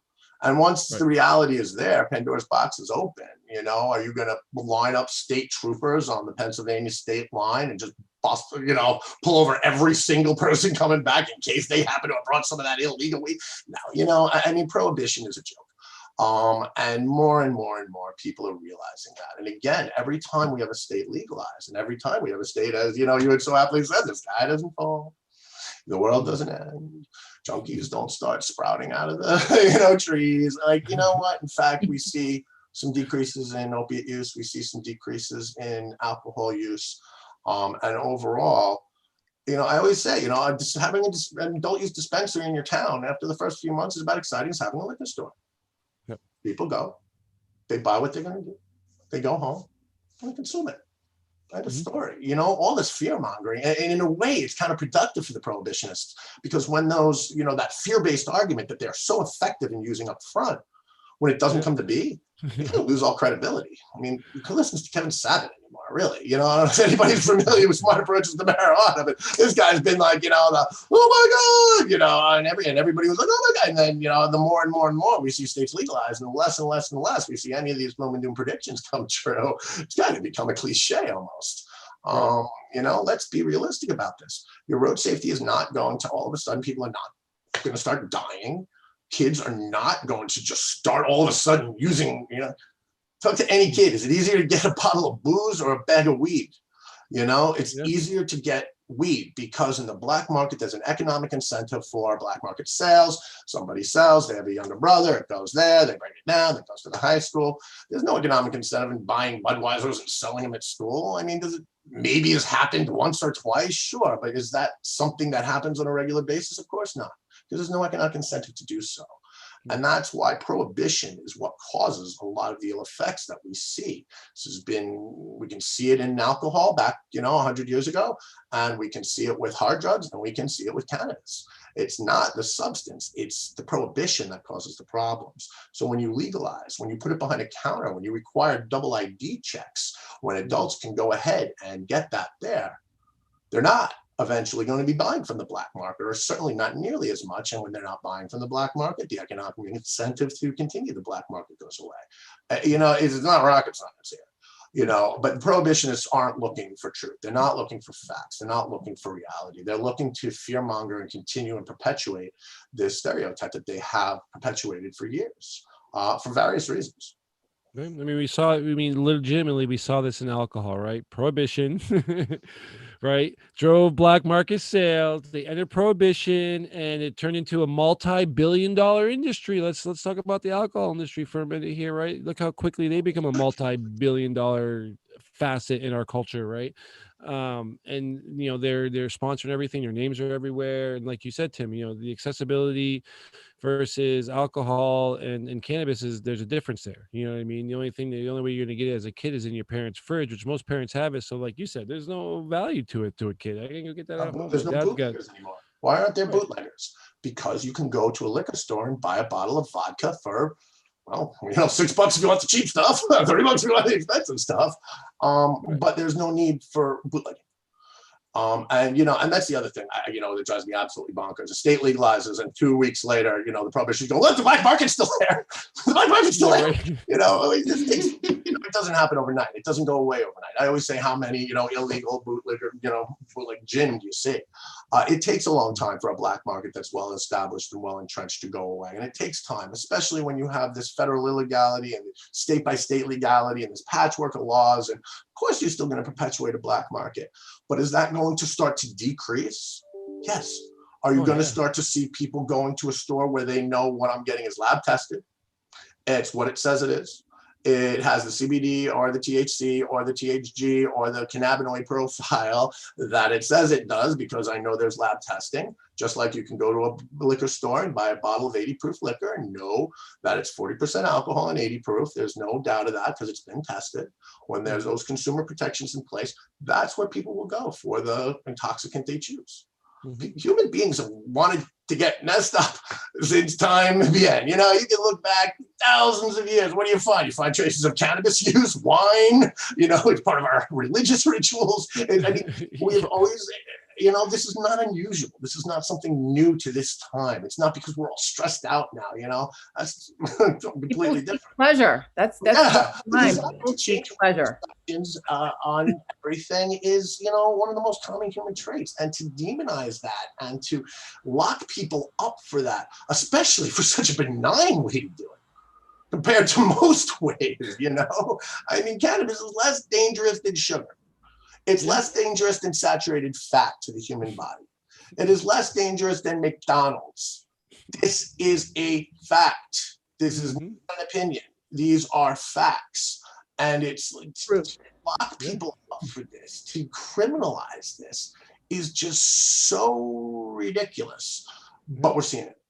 Yeah. We're seeing it now. We're seeing that pendulum swing. We're seeing this legalization. People are grasping this. People are understanding it. And whether it's, through the use of CBD or medical, or them seeing, their aunt all of a sudden be able to get up and move and not suffer from chronic pain, whether it's seeing their child not being affected by 200 seizures a day, whatever it is that takes that individual to come to realization that they've been lied to. And that maybe this is something that shouldn't be demonized and people shouldn't be locked up for. The more and more people we get, the less and less states we're going to see, like Idaho, where you just have this, clinging to this old mentality. And I think we're on a really positive direction now. We've got a lot of momentum behind us, and I'm so excited about the future. And New York is a portent of good things to come. I mean, thank you, Tim. You hit the nail right in the head. I couldn't have said it any better. Jesus, no. But when we say all this, right? Let's talk about ballot vote initiatives, right? We've had a few issues of this, right? It looks like we're going to see this happen in North Dakota, right? We're talking about how positive we are, how all these states are going forward. North Dakota seems to also be going a little backwards, right? So the Senate rejected the House passed marijuana legalization bill and is now CD issued to activists for ballot initiatives. So, Tim, how's that work in a state like this? Well, I mean, a ballot initiative is a ballot initiative in the states that have ballot initiatives. They can get whatever, each state prescribes what the requirements for their ballot initiative is.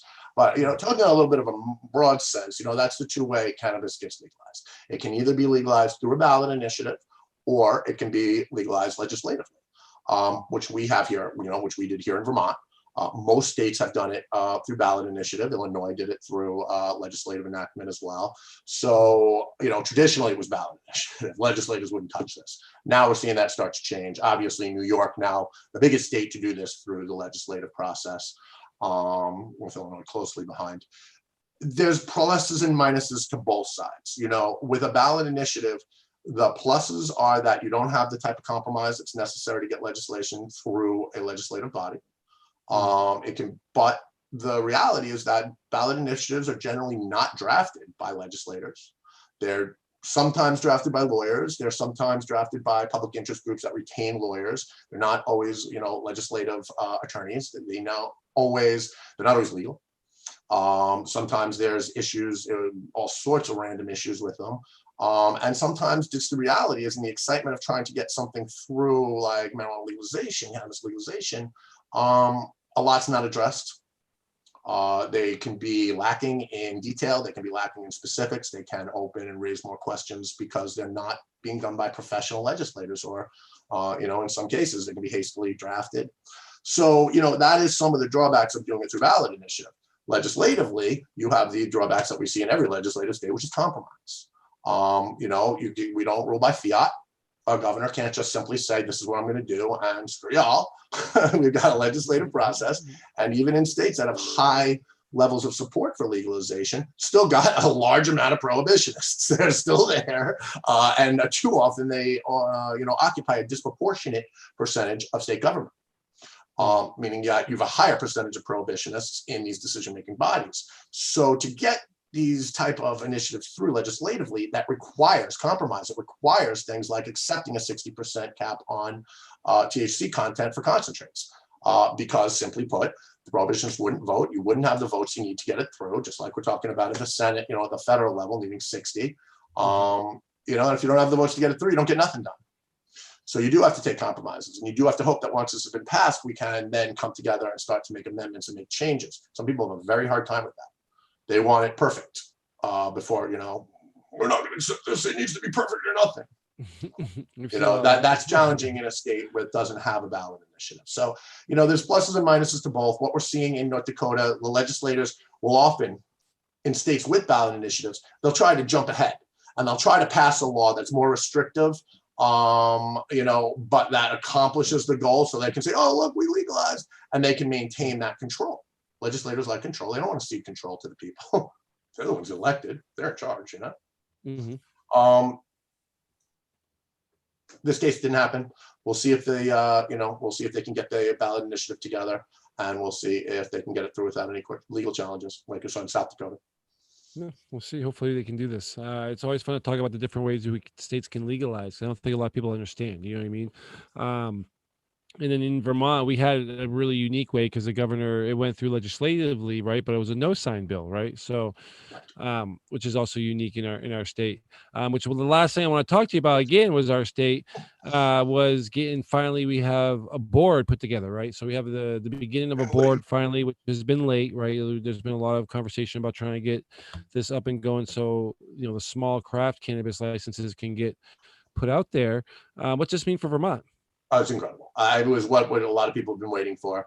It was the next major catalyst to take place in our 2-year, or approximate 2.5-year implementation of our adult use system. And this is exactly why, in retrospect, that may not have been such a bad idea. This board was initially supposed to be appointed mid-January. And they were supposed to have been, getting underway with their work by February. They're about 10 weeks late in appointing it. But when you have that 2-year time frame, I personally feel that now this kind of 10 weeks delay isn't going to seriously impact the implementation of everything next year. They should be able to meet their goals Has been another piece of legislation that will help that as well. But I mean, this was huge. This was definitely the next major piece that needed to fall into place. And thankfully, it was pretty much the last involvement of our governor, who, I gotta say, overall, I really like Phil Scott. I'm not a Republican by any stretch of the imagination, and neither is he. This is a governor who put out a request to the State Department to have more immigrants come to Vermont because they add to our diversity so much. You tell me another Republican governor that, but he stinks on marijuana. He stinks on cannabis. He has a personal feeling that it's not the right thing. A major disagreement with, with that. But he did let the law become law without signing it, which is the cop-out way to do it. But it still lets it happen. And he dragged his feet on appointing this board, but he's appointed a board who, I got to say, my very first initial impression was not great. But now that I've actually had some time to kind of digest it and do a little bit of research, turns out we got a pretty good board. He didn't sabotage it. He could have appointed 3 prohibitionists. He could have just, basically done what they did with the medical program here in Vermont and killed it before it even got going. And he didn't. I'm incredibly excited now to move forward. And I think that now we have the path forward. And it's going to be very exciting to see now, as rules start to get promulgated, the next steps here in Vermont, which, again, I'm a little biased, but I think is one of the best programs in the country. Yep. No, Vermont's a great program. I was really happy to see what New York pulled off with the home grow. They did allow it. You get 6 plants. You have 3 in flower and 3 in veg, which is beautiful. Is that enough for a patient? You could argue it, but it's better than some states, right? There's a way you can do that, actually, where you can separate 3 out. So it's 2 sets instead of 3 and 3. And that just, you'll be able to grow with up to a pound per 2 plants. That's typically the setting of that. So, there's a system where you can harvest that way with just 3 plants. But it has to be pretty conveyor belt like almost. Well, funny. It's funny about all the new posts I've seen today, specifically from everybody who lives in New York, about actually taking in and cropping their plants together to get like 6 phenos on 1 plant. You know what I mean? Yeah. Everyone starts shooting loopholes. How can we do this? Is this really 1 plant? Is this, I love the cannabis industry, right? We just don't take no for an answer. It's like, oh yeah, really? Well, we're gonna just do this then, and they're like, God damn it. What do you think about that? No, it's really great to see all the legalization going on. It's really great to see all these bills happening, especially the medical marijuana front. We're almost at all of our states. Really, we're getting there. South Carolina, New Mexico, Nebraska, North Dakota, Connecticut, where they're all in the news this week. And again, a lot of these are states we don't hear much about. And unfortunately for Danielle, we don't hear much about her home state either, except for when they're trying to change the Constitution. Right? Yeah. And I wanted to add really quick, Tim, you had said so many really important, interesting things about this, about the legislative situation. And I was particularly pleased to see the social equity licensing coming into the New York legislation too. Social equity licensing, expungement, and home grow were the 3 things I was like, yes, thank you. They learned something from these other states who had, much bumpier rollouts. I mean, of course, it's remains to be seen how it actually goes. Yeah, no, you nailed it right there in the top 3. The 4th I would round out is public use and public consumption, which New York apparently has taken a very interesting position on, which really helps a lot of Black and brown communities. So a lot of them have been victimized by laws that outlaw, Funny, a lot of people don't realize this. Cannabis, marijuana was decriminalized in New York State in 1979 and remains decriminalized if it is in private possession, meaning out of view. The minute it comes into public view, it is now a misdemeanor, the possession. So what law enforcement would do is order use. Generally, almost 99.9% of the time in African American and Latino communities, they do their stop and frisks, and they'd order them. You got pot there? Pull it out. Let me see it. And the minute that individual pulled it out of their pocket, it went from being a decriminalized civil offense that would not allow that officer to arrest them to a misdemeanor, which now was allowed for arrest and incarceration in Rikers. And if the individual refused to take it out of their pocket, thus committing a misdemeanor, they would be charged with a misdemeanor crime for refusing to obey the orders of an officer. And it was this catch-22 that the judicial system just accepted. It's fine because, you know what, we're not going to really have to fight kids with it, so it's all right. And that is one of the major, factors in why it's going to be so amazing that New York has finally legalized this. And the social equity provisions, I have not had a chance to read them, but that's what I'm most excited about to see. Because from what I understand, they're some of the most progressive that have ever been implemented. And I think Danielle makes a great point. Let's see how it actually comes out in practice. A lot of things look good on paper, don't necessarily play out that way. But the fact that they are, this has been such an emphasis of this legislation in a state where this has been some of the most egregious abuses of cannabis prohibition, just absolutely devastating these communities. And I grew up on Long Island, in Nassau County. I grew up 25 minutes away from the Lower East Side of Manhattan. And I will tell you, I smoked a lot of pot as a teenager. I never worried about being arrested and thrown into Rikers for it, ever. And that didn't even pass our minds, me and my friends, and just not even 10 minutes away, in Queens Village, this was happening all the time. So that is going to be an amazing thing to see. And if it is as good as everybody says, maybe it can be held up as a model for the rest of jurisdictions as they adopt adult use. Yeah, no, like you said, Tim, with everything going on, I haven't had time to dive into it. I did see the home grow, which was take some time. Social equity, the expungement. I was like, yes, they listen. You know what I mean? Because these were big issues. Home grow was huge. Right. You know what I mean? And like, hopefully, I'm glad it looks like they got it right. Like you said, hopefully this bill looks like it's going to plan out. I mean, it's like a 9% tax too. So it's like 9 and 4, 13% total. I believe 9 to the state, 4 local is my understanding. And I think there might be an extra 1 or 2% extra. Oh no, I know what it is. And then there's like a couple cents per milligram of strength for edibles. There's a secondary tier for producers, but yeah, a relatively low tax. I mean, way lower than you're going to see here in Vermont, 20%. Well, I like that tax that you just mentioned. Like we all talk about caps and all this other things. How do we regulate THC limits and stuff like that? Should we approach it with a different tax, like a sliding tax scale system? I mean, Justin, you're out in California, so it's probably a little different from you, but this is a general conversation of capping, right? Capping limits, THC limits on all products. And California has a unique cap situation in most of the state, right? Yeah, I can buy cannabis up to like 35% THC.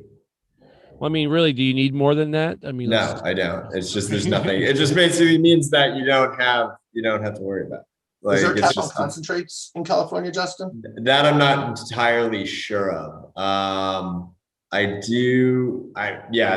a question I'd have to look up. But I focus more on growing and just plants and things like that. So when you look at it, California doesn't care. California is already at this point. They're like, hey, we made this law. We're not even going to like really uphold someone like me about it, but they're just, I've never gotten the vibe like ever. Like even in Maine, if I go to like Maine, I have the it's like they don't care, but you're still like eyeing because of the cop. You're still like, oh, a little bit.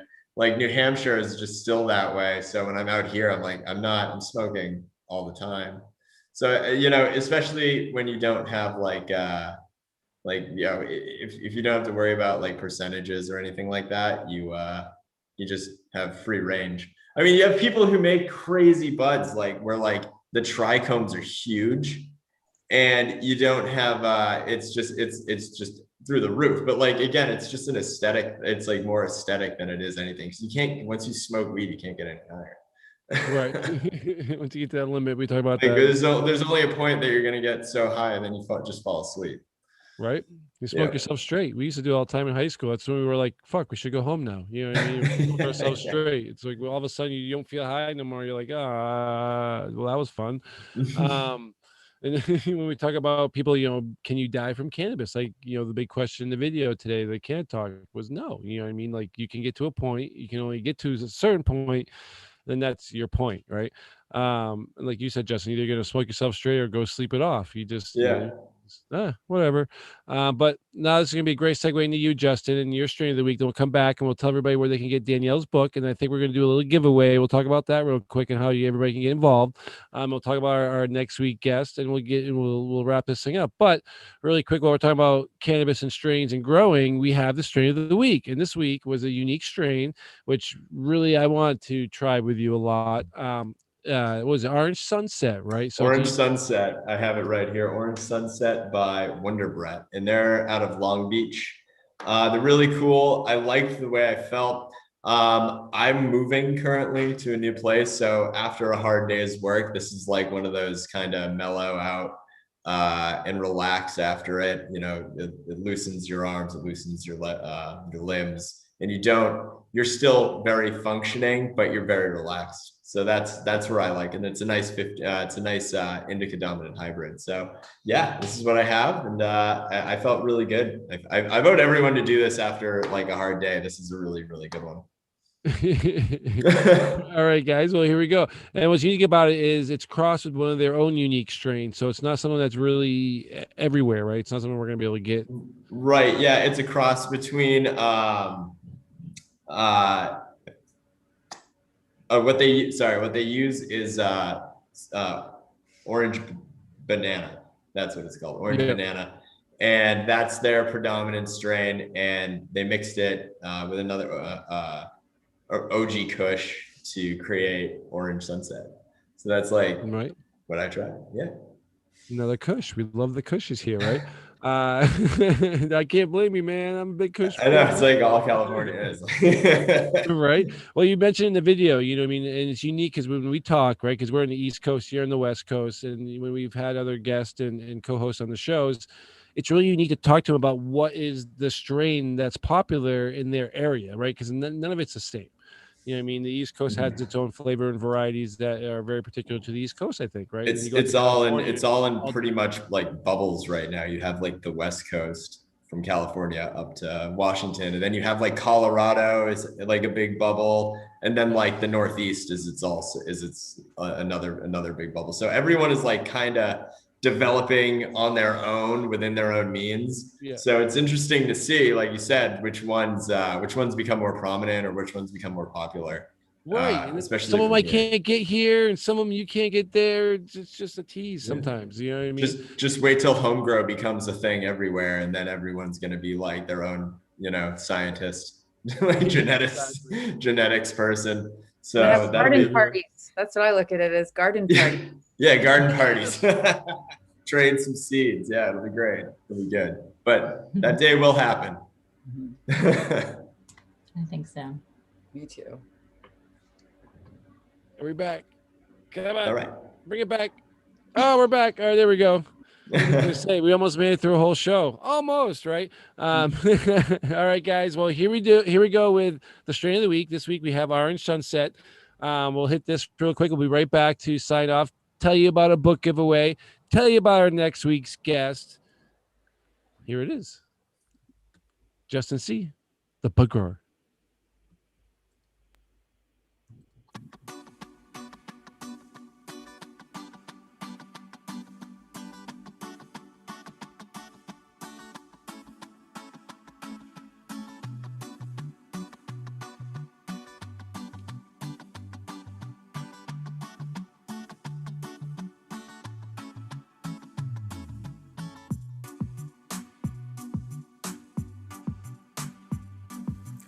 What is up, everybody? My name's Justin. I'm with the Bud Grower, and welcome to this week's Strain of the Week, brought to you by In the Weeds Prohibition Talk Radio, The Green Nurse, and Vermont Cannabis Solutions.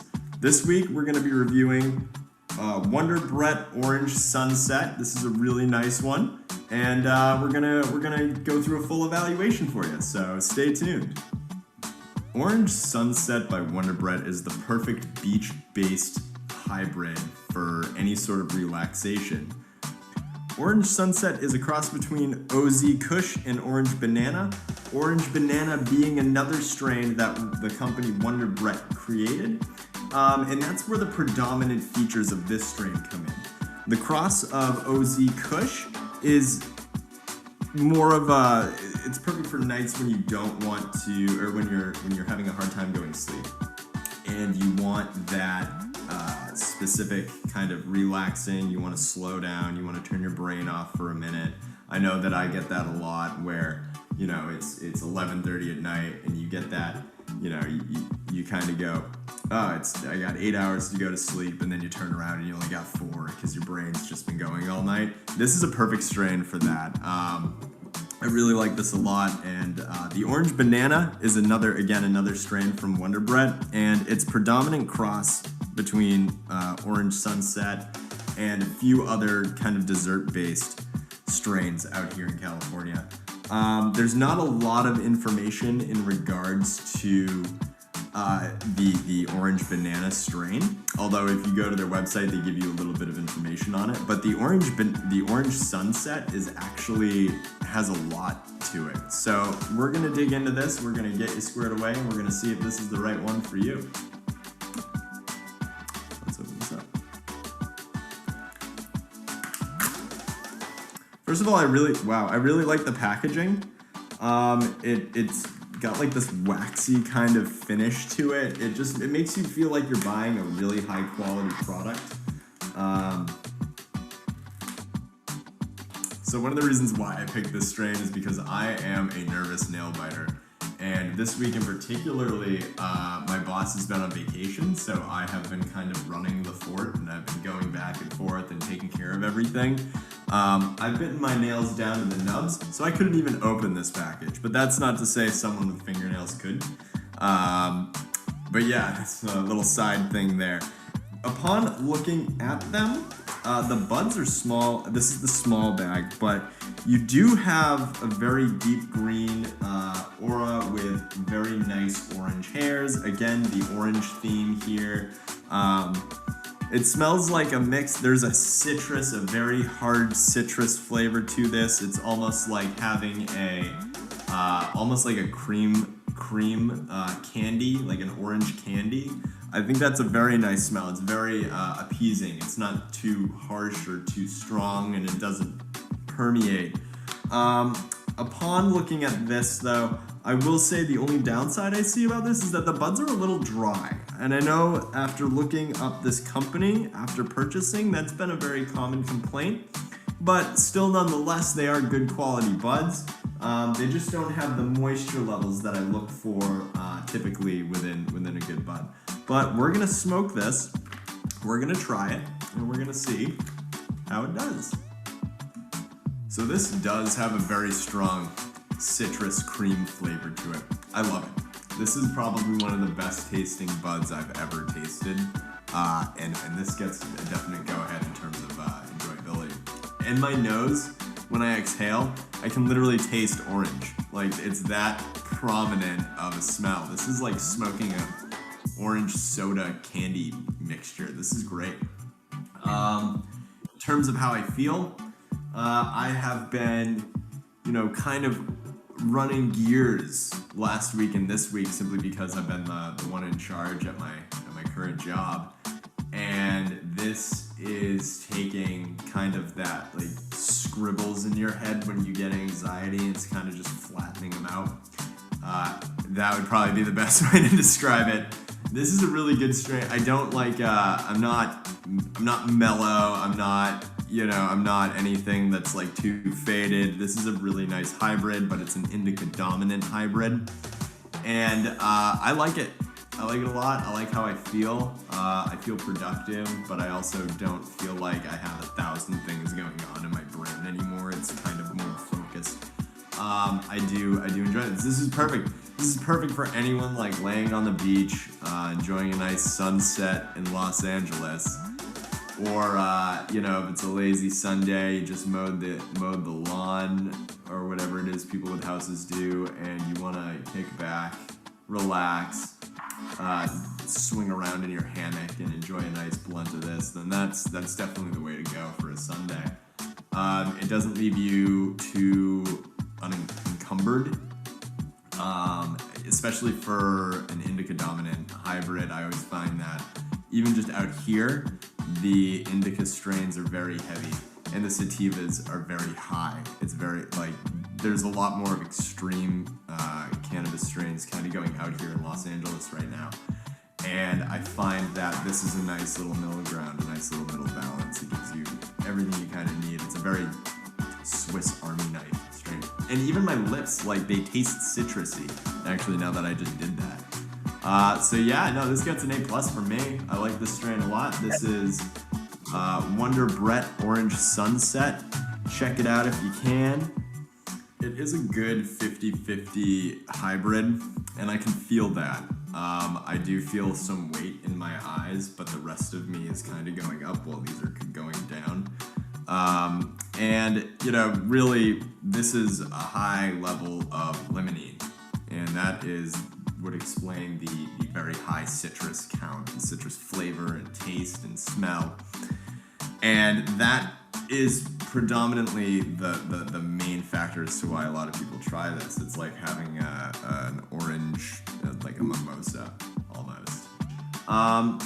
Another thing is that this strain is kind of pricey. Another pricey but widely sought after strain.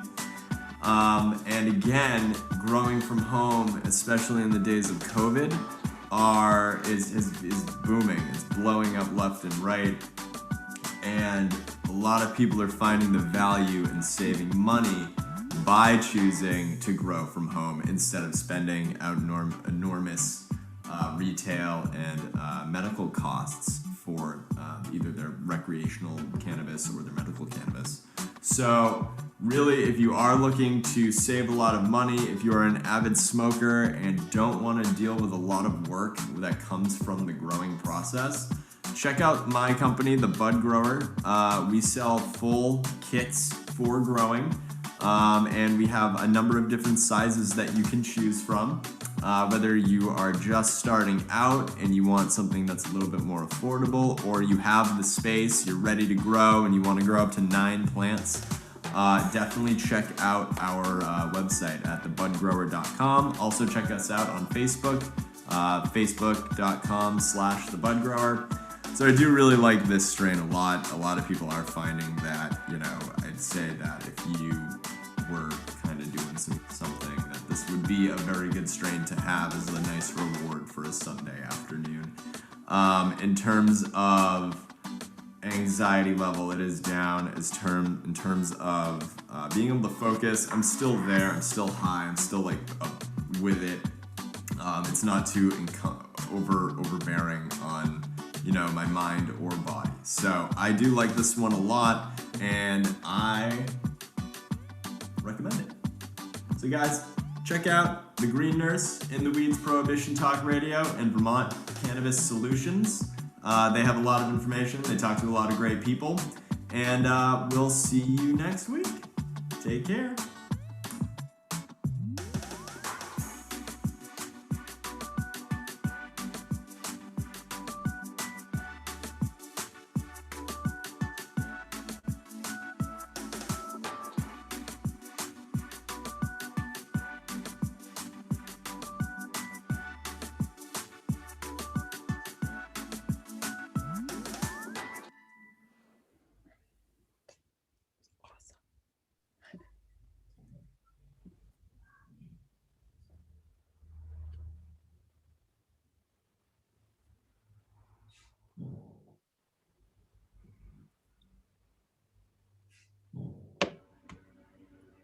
That was good. That was another great review, man. And as much as you like the strain, you did find issues with it, right? I mean, that was a pretty great and honest review.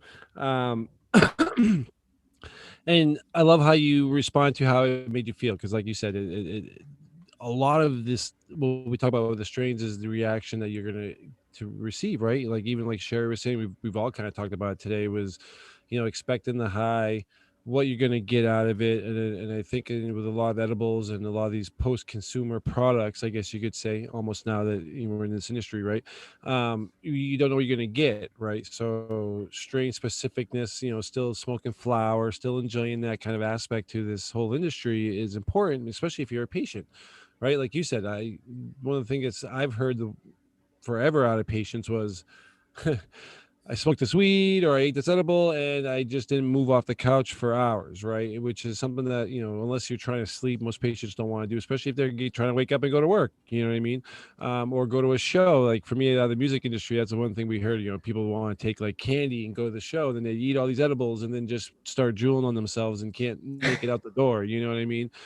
Or have the complete opposite effect. Like you mentioned it on the segment, the strain of the week, right, where we kind of laughed about it earlier, where it's, you know, it's either super gassy sativas that give you seriously like heart palpitations when you're smoking it, or that super crypto indica couch locky drooly, like, you know, that, and it's really hard to find that middle ground now, right?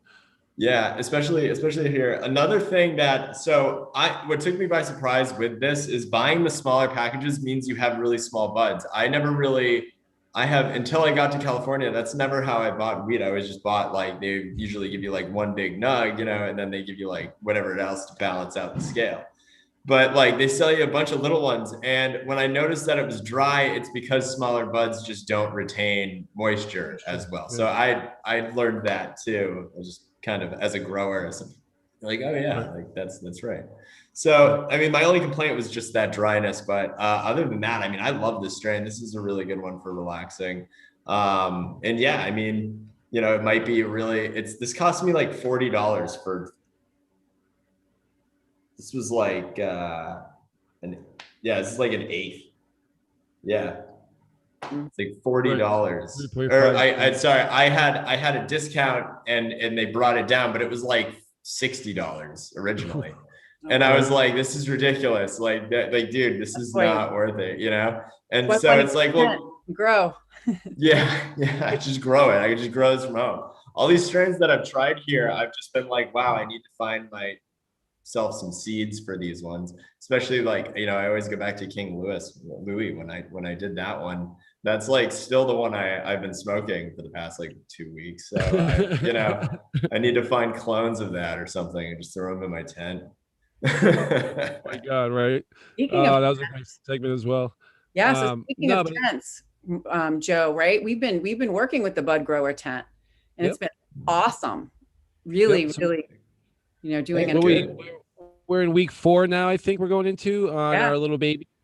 Oh, great. So we have a do-si-do. I got a little do-si-do growing. She's went from an angel and she's getting a little bit bigger, and we're using the bud grower tent. And it's been really, really fun to learn about how, you know, I had a caregiver with a few plants in the backyard, but it's really interesting, you know, last summer, but it's interesting to actually use a real tent and have a controlled environment and have all the necessary pieces there. And when I opened up the box, I was like, yes, instructions detailed, you know, cookie cutter, because, you know, us ladies, we like to make sure we do it right. And so having the instructions there and then the video and all the different parts of it, I'm really, really impressed with the setup. So if you guys are new out there, truly, truly look at the Bud Growers tent.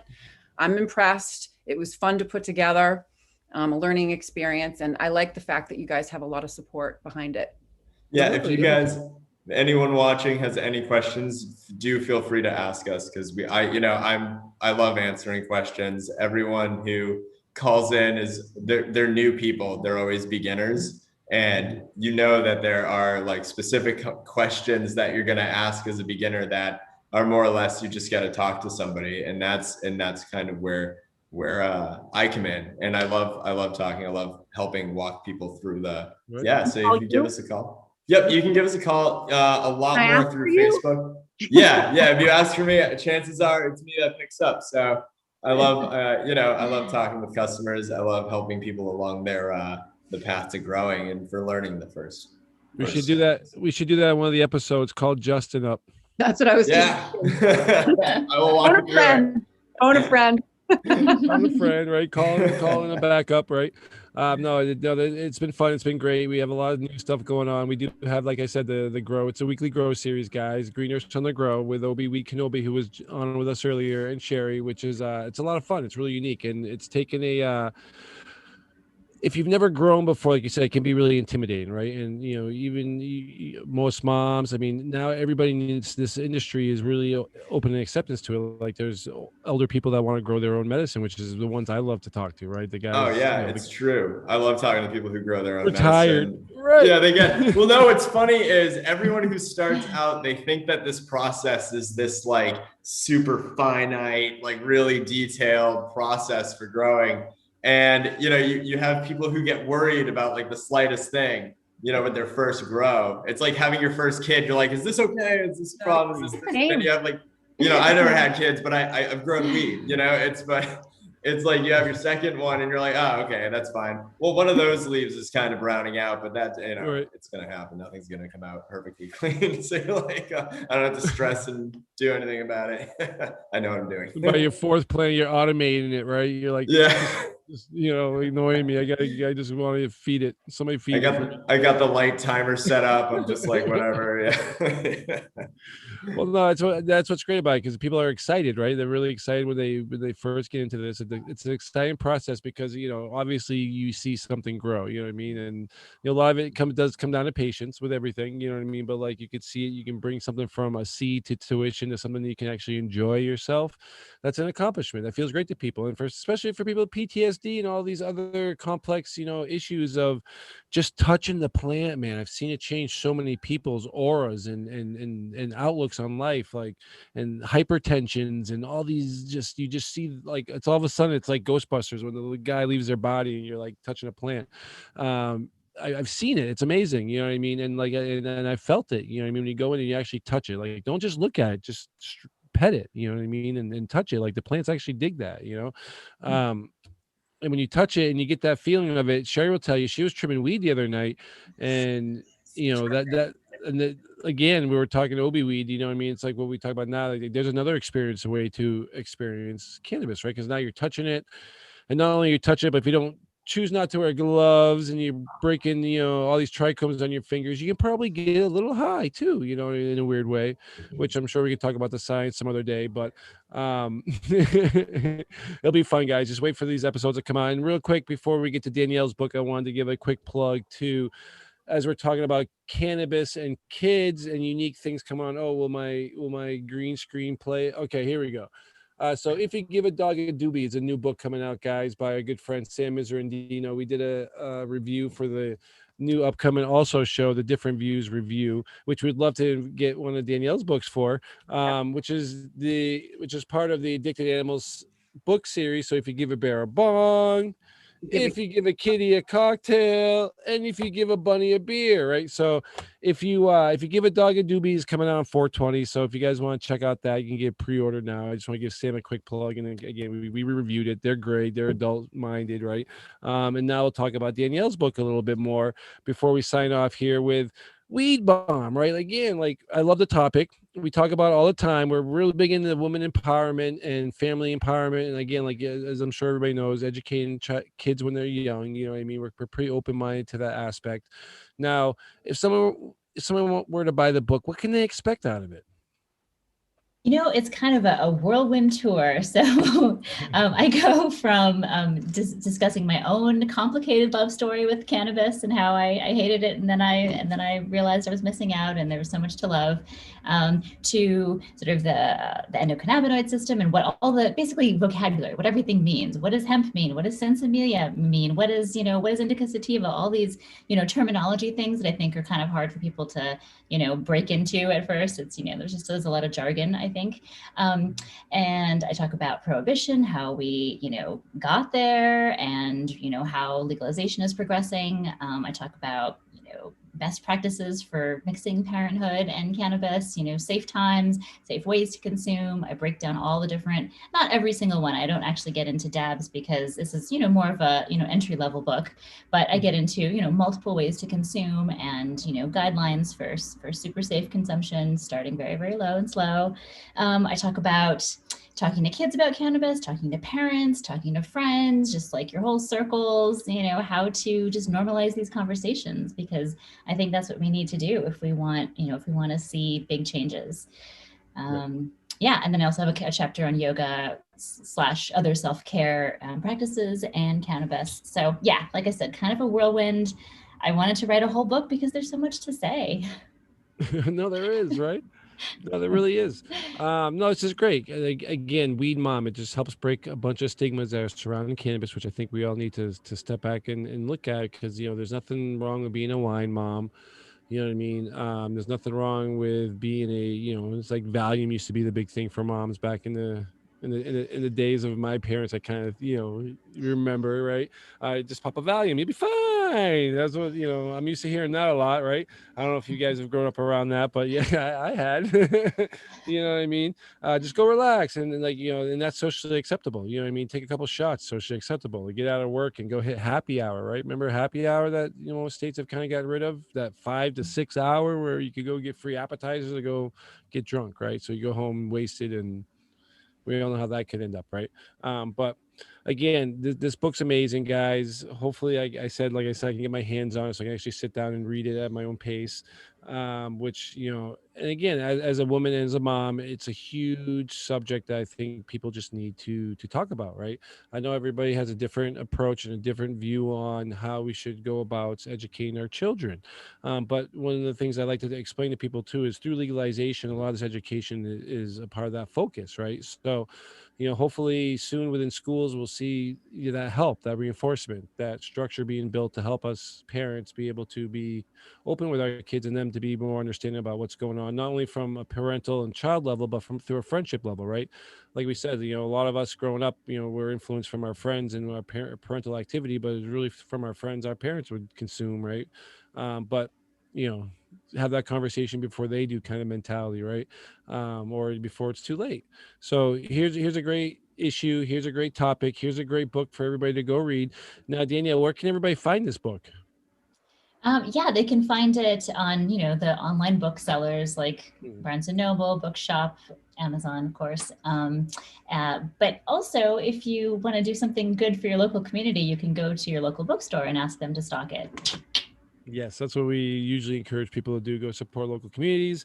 It is usually, like you said, it's widely available at all your local bookstores. If you have to go support an Amazon, then you know, you can do what you got to do to at least you get a book, right? Uh, Now, where can people reach out to you and learn more about you and what you're trying to do as a mom? Yeah, so I'm most active around the book on Instagram, and that's at Danielle Simone Brand. All right. So again, I thank you for coming on with us today. We're going to wrap this show up here really quickly. I know we pushed the time a little bit, but it's been a great conversation. It's been a very important conversation. We've had a bunch of great segments. So huge thanks to you, the Green Nurse Sherry, and Mr. Nurse Mark, who's not, you know, here with us right now, but great segments, man. I mean, these segments are killing it. And like we said, like, you know, what's unique about Sherry's segments is it's coming from the medical perspective. So it's not just jargon. It's not just, you know, prohibition. It's not proactivism. It's literally what she's reading from the medical results, the reports, you know, what the community is seeing. So it's not a fluke. It's not a sham. It's really what we're talking about, right? And terpenes and all these things have great added values. And we also do a Terpene Tuesday video, which we really should do on our show because they're great as well. That you guys can check out every Tuesday find it on all our social media pages, Between the Green Nurse and In the Weeds, which is a lot of fun. And if you ever want to understand what terpenes are and things like limonene, like Justin had mentioned in his segment today, that's where you can go learn about them, right? So what limonene and pinene and all these awesome terpenes are, and what their medical benefits are. Because a lot of people, we talk about cannabinoids all the time. I don't think anybody talks enough about the terpene values as well, right? So when we talk like about the entourage effect, and it's, you know, it's cannabinoids and terpenes, and that effect, that value all together, right? So guys, thank you, Justin, the bug grower. Thank you again. Timothy Fair from My Cannabis Solutions. Danielle, thank you for being on this week. Sherry, Thank Justin, you, Danielle. Thank fantastic as you. always. Thanks. Oh, one Great love. show. It's a Guys, great- I am really excited for Sherry this evening. Actually, I'm kind of jealous in a little bit of a way because you know, we're gonna get him on our show here soon. We're kind of battling out, but I want to stretch it out so we're not, you know, competing with each other. But Chris Kilhorn, right? So the medicine hunter, guys, like the legit medicine hunter. I don't know if you guys have ever seen his shows or anything he does. He's been on lots of TV shows. He's been in a lot of talks. We were I had the opportunity to meet him and Zoe here in Vermont at the medical conference, which we talk about a lot. And just an amazing guy. And when we talk about the medicine hunter, literally he goes around the world, and he's kind of like what you find on all those shows. You know what I mean? He gets in the culture, he wears the outfits, he hangs out with these the tribes, the people, the indigenousness of the land, and hunts for these medicinal herbs and sacred things that come out of these areas. So it's really unique, and he's got a huge thing for cannabis, right? Obviously, cannabis is one of his big things. So he'll be joining Sherry and Nurse Mark this evening, which I can't wait to watch. Like I said, I'm kind of jealous. So guys, if you guys can click at 8 o'clock tonight, the Green Nurse, you think you can find it on all their pages, we'll push it as well. And then Danielle Simone Brand, thank you again for coming on. As I said, another wonderful guest. I love what you're doing. I love the fact that you decide to write a book. It's amazing. It's very important, and thank you for doing that for our communities. Thank you for your dad, CBD store guy, you know what I mean, natural foods guy who gets it, right?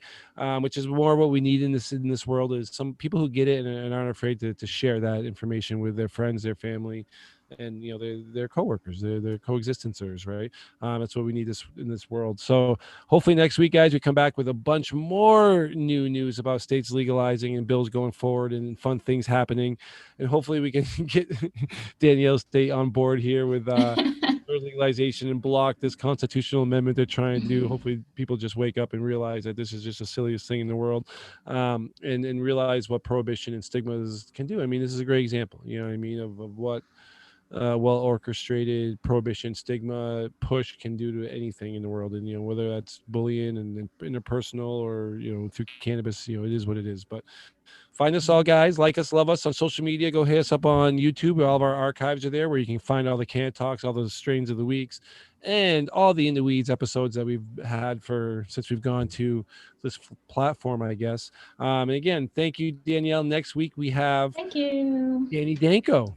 Yeah, Danny Danko, the one and only. If you guys know anything about cannabis, you've definitely heard that name. If you don't know much about his story, you're going to be blown away. Everything from writer to in movies. I think he was in a movie, right?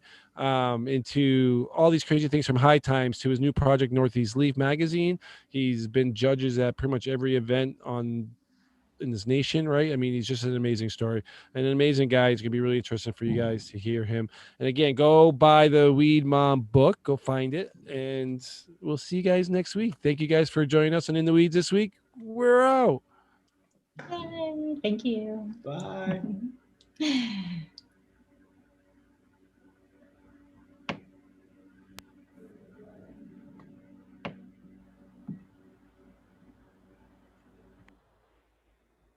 Good job.